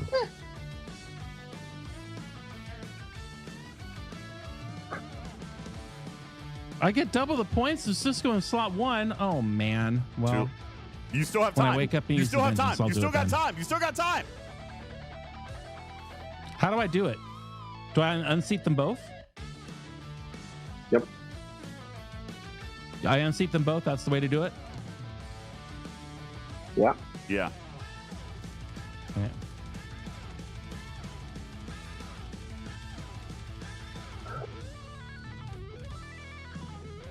All right, well, there they are. They're in. Okay, good. Took no damage because that was way overkill with all those buffs. That took nothing. Yeah. One round. Oh, it wonderful. went one round. Way overkill with all those buffs. Those were not necessary. But, hey, cool. That leaves more hull for the retaliation targets that will be coming. Excellent. That's exactly the point. All right, so that's great. Let's go ahead and send these cats back home here. Now, when you clear the 66 standard ones, how many levels of that ISO defense boost do you put in? Oh, good point. Yeah, I usually I don't. Oh, that's so pretty. I usually put in like 5 or 6 levels. Yeah, that's like what, 500, 600%? Well, what can you get it up to now? We'll check. That's what she said. Mm-hmm. Why? What did you get in loot? Why is on this your number so much smaller? Yo, what? It is very much smaller. What? This is supposed to be like 600 or 700%. Sort of what she said. It maxes at what, 300? Hold on. What's wrong with you? What's wrong with you? Nope. Why are we holding on so hard? What? Well, you don't need it to be that big because Cisco's skill is so strong. The buffs, That's what she said. the buffs in the elite got worse. That can't Are be you right. surprised? The buffs in the elite got worse. That's why they're not called easy mode outposts. Now, in my case, on my screen here, I did max this this buff without going to any other buffs, 1 to 15. Yeah, that one you can do. Okay, that's good. Oh, that's fair. You can do that. Okay. I guess. I thought that you had to use other ones in order to max this one. Maybe the others have that one as a prerequisite. I know there was a prerequisite in there. Yeah. No. Yeah, the bottom two buffs, I think you can't even do the first level or something until you get up to level 15. If you want to play, you got to pay. Or something like that. So it seems. Wow. Did you just steal my line? Yeah, that's wild. I should have done they a are 73. they are supposed to be harder. What a noob. I get it. I get it. Makes sense. Oh, Killer. What did you do? What did you do, Killer?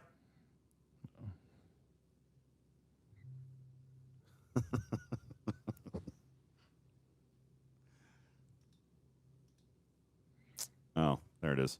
It matters. So first the vengeance cleans you off and then you get blown. That's supposed to be simultaneous in my experience. Let me put the DJ's After Dark sticker back up here. Hang on. Sorry. Okay.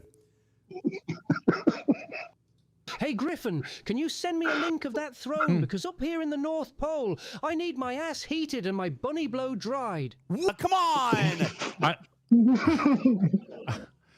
I mean, if I were Santa, I'd have that installed on the sleigh. I mean, it's not like he has time to stop at the 7-Eleven, and take a little whiz break. Okay. All right. You know what? Hype train's over. Recognized for one thing. Hype train is over. Thank you guys. We're gonna stick around for 40 more seconds so I can kill my my first retaliation target, which is getting ready to happen. Look at that. How did you do? You're good? What? Look at what? My scimitar, my scimitar does not have a label on it. Yeah, that's that was A, a bug. B, and C have a label, no D. Yep. Interesting. Okay. In my battle log. Hey, Griffin. Let me see. I think I probably went one round as well. Griffin, I did. Marsport, let me answer your question here in just 1 second. Let me watch this, and then we'll try to answer your question, and we'll get ready to go. Yeah, Griffin's not running with the D. All right, here we go. Here's my first retaliation target. Then we'll take a look at the battle log. There it is. It's an Explorer. So it should hit my Crenshaw, and it will.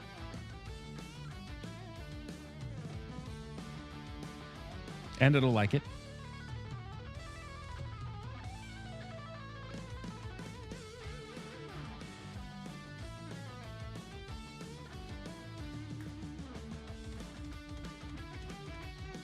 Yeah, it did hit the Crenshaw.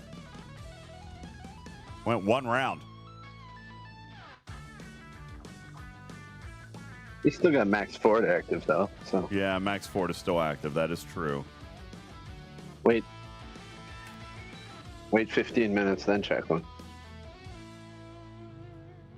I did get some Elite Solo Outpost credits for those nice new bundles.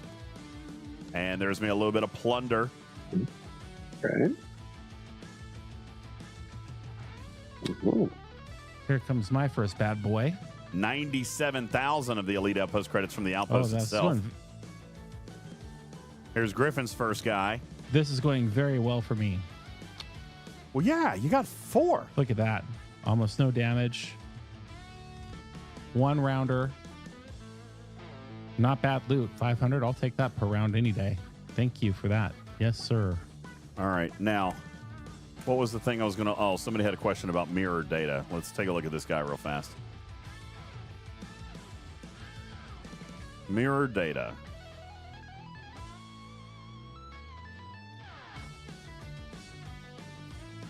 Looking for him. Mirror data.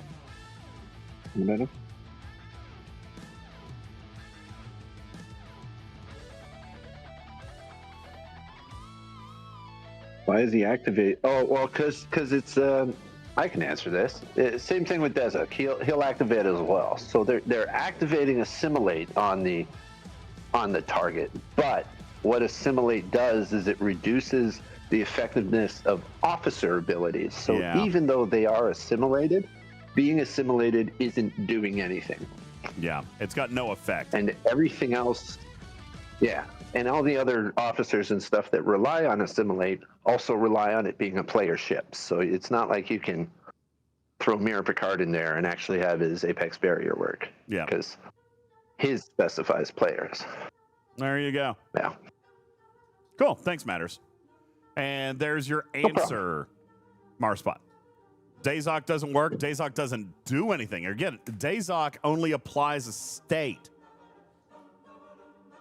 And no, Dazok... Well, he does work versus Zindi, specifically. The Zindi Armadas have a special ability that is turned off if they're assimilated. The assimilated state itself, though, is not doing anything to a target that does not have officers. Correct. There you go. But it does add a state. Yeah. That is correct. So if you had a target that needed a state, any state, then assimilate could work. That's true. That would work. Yes. Marsport. The mirror data will work against the Zindi Armadas, just like Dazok does. Cool. All right. Well, that was fun and exciting. We both got our first Elite Outpost going, and we are both having great success. So far. Yeah, I've still got a Max Fortify going. I almost kind of want to wait 6 more minutes to look and see how... Yeah, I want to see how it does without the Fortify. Yeah.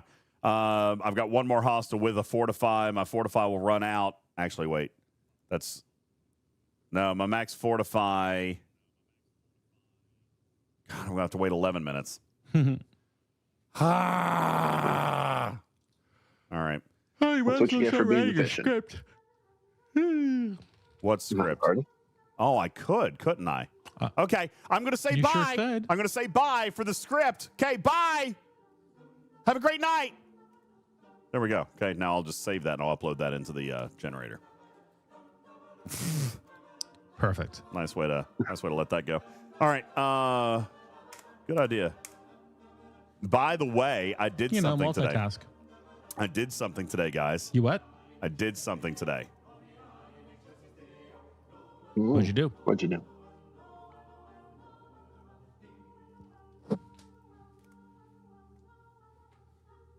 Did you get your D?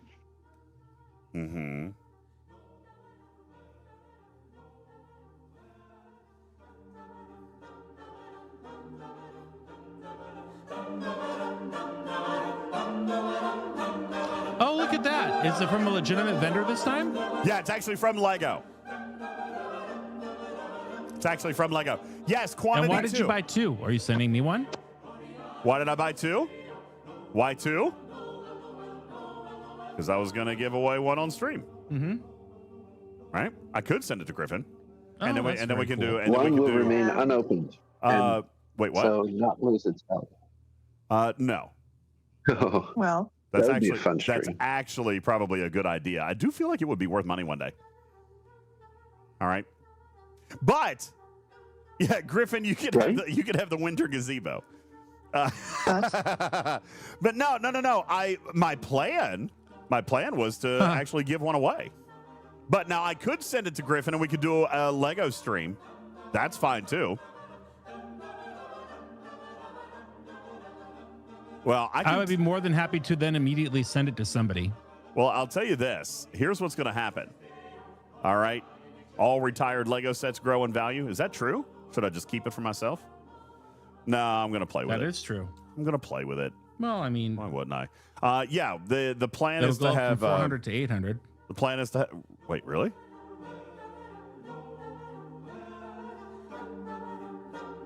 That's not a good use of your money. Bad investment. What, to save it? Yeah, I should play with it, right? there are better things to invest in. Yeah. than a No, Lego set. I did not get the shuttlecraft, Omega. Exactly. They're better use of your money. I didn't get the shuttlecraft because I wasn't in on the first round of orders. So yeah, no, here was the plan. The plan was I bought 2. I was going to give one away. And then I was going to Lego race somebody else who might have one. But I could send the second one to Griffin and we could have a puzzle or a Lego race competition, just the 2 of us. And then, we could give one away or something like that. I don't know, whatever you guys want to do with it. I mean, it doesn't matter to me. I think that's a great idea. I would love to puzzle race you. Puzzle race it. And then we'll give one away. Like we'll tear it apart and give it away or no, or you just want me to go buy another one? Mm-hmm. Yeah. No, I would be happy to give mine away when I'm done. No problem. One less thing we're for me gonna to have dust. to. We're gonna have to I'm build. not a tchotchke person. You're gonna have to tear it down. You're gonna have to put it back in the number bags and all this other stuff. It's gonna be a pain. Oh no! You could just separate the saucer and the regular session. Put it in packing peanuts. Hang on. Sorry, What happened? I killed my stream because the OneDrive started uploading my script. Yes. Oh, perfect. They were $400 a piece. I just killed my stream. All right, I had to deactivate my OneDrive. Yeah. Quit OneDrive. There we go. Close. Smart. Sorry about that. Stream's coming back. Lego says on back order, but will ship. Yeah, that's what mine says. Shipping on 12/27. I mean, honestly, that's not terrible. I'm going to have it a couple of days after Christmas. It's great. So I'm not fussy about that at all. That's fantastic. To be honest with you, I'm pretty happy with it. So I love that plan. So now here's the thing, though. That would be an excellent Saturday stream. Just sit down and build some Legos together. Yeah, doesn't that sound just delightful? I would almost prefer, though. I mean, if we're going to give one away, wouldn't they want to build it? Yeah. No. And have all of the bags in order. Yeah, I don't want to send one to you for you to. You almost need a third one. I'm gonna need to buy another one. I'm just gonna buy another one.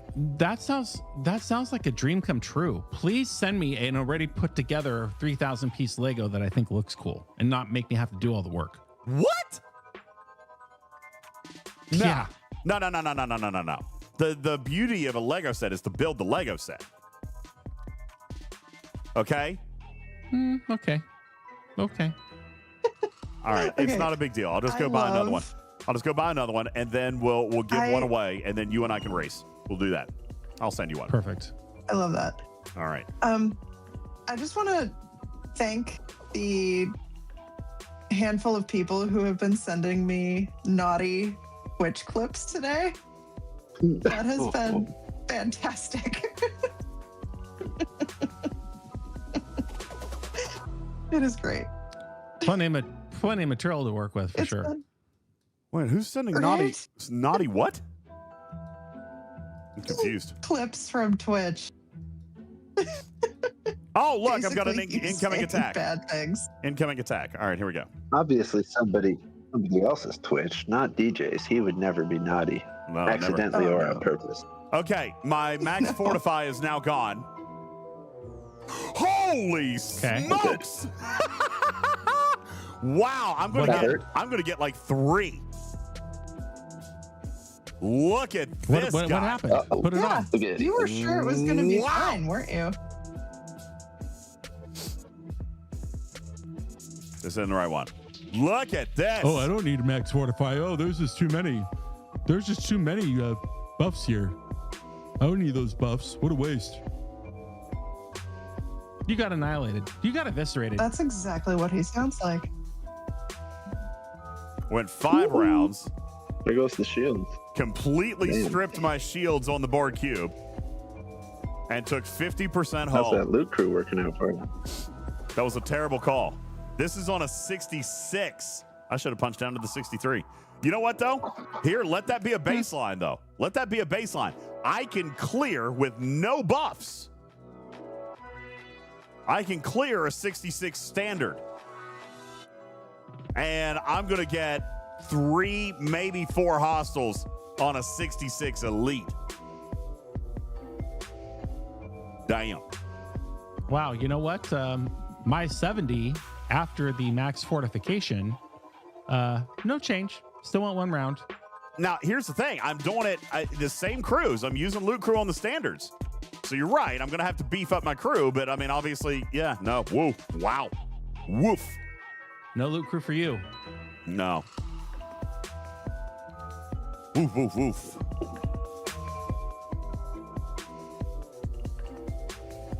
I kind of like this trap Christmas music right now. I'm liking it. Yeah, all right. I fell in love with this group after the Trap Halloween, and the sound, the Trap Christmas sounds just as good. Yeah, it's good stuff. The crew that before you say goodbye, the crew that I decided to go through just for gigs on the 4th crew was the old TOS crew. Because they work, except for whoever. That is true. Magu says loot crew on a 63 elite would still be more plunder than on a 66 normal. So I should have punched down. But now we've got a good baseline. We got a very good baseline. So there you go. All right, that's it. Okay. Let's see if we can. Good job, DJz. You didn't punch down because you get no points for 63s. Truth. But I'm still not going to finish the event because I needed to kill a bunch of hostiles. I'm still not going to finish the event. So I'm going to have to go kill a 66. Wait, the event's not over until Thursday. Yeah, it's fine. Yeah, it's all as soon good. as you're dead, just hit a 66 regular. All right. That's it. We're going to bounce. Thank you guys, everybody, for hanging out tonight. Audience count took a little bit of a dip an hour ago when we said we were actually going to end the show, and then we stayed for another hour. But that's great. Thank you to the 300 of you who are still here. You guys are amazing. I love you. Thank you so very much. Happy holidays. We will not likely be here tomorrow unless it's a bonus stream and I'm playing something else, which is possible. It might be possible. But Thursday, please mark it down in your calendars. You don't want to miss Thursday's show. It's going to be the best of the year. The best of the year comes up Thursday night. So you guys be sure and come in and check that one out, all right? So let's go hop on out of here, and we'll see you guys sometime in the next 24 to 48 hours, okay? Love you guys very much. Let's go say hey to Jason V-Neck. We raided Samo last night, so tonight we'll go say hey to Jason. All right, and see how he's handling Arcfall. V-Neck is getting V-wrecked, he says, in his show title. Let's go check it out. Thank you guys so very much. My name is UltimatDJz. And that's Griffin. And I'm Griffin saying meow for now. Love you, mean it. Catch you on the next one. Good night, everybody.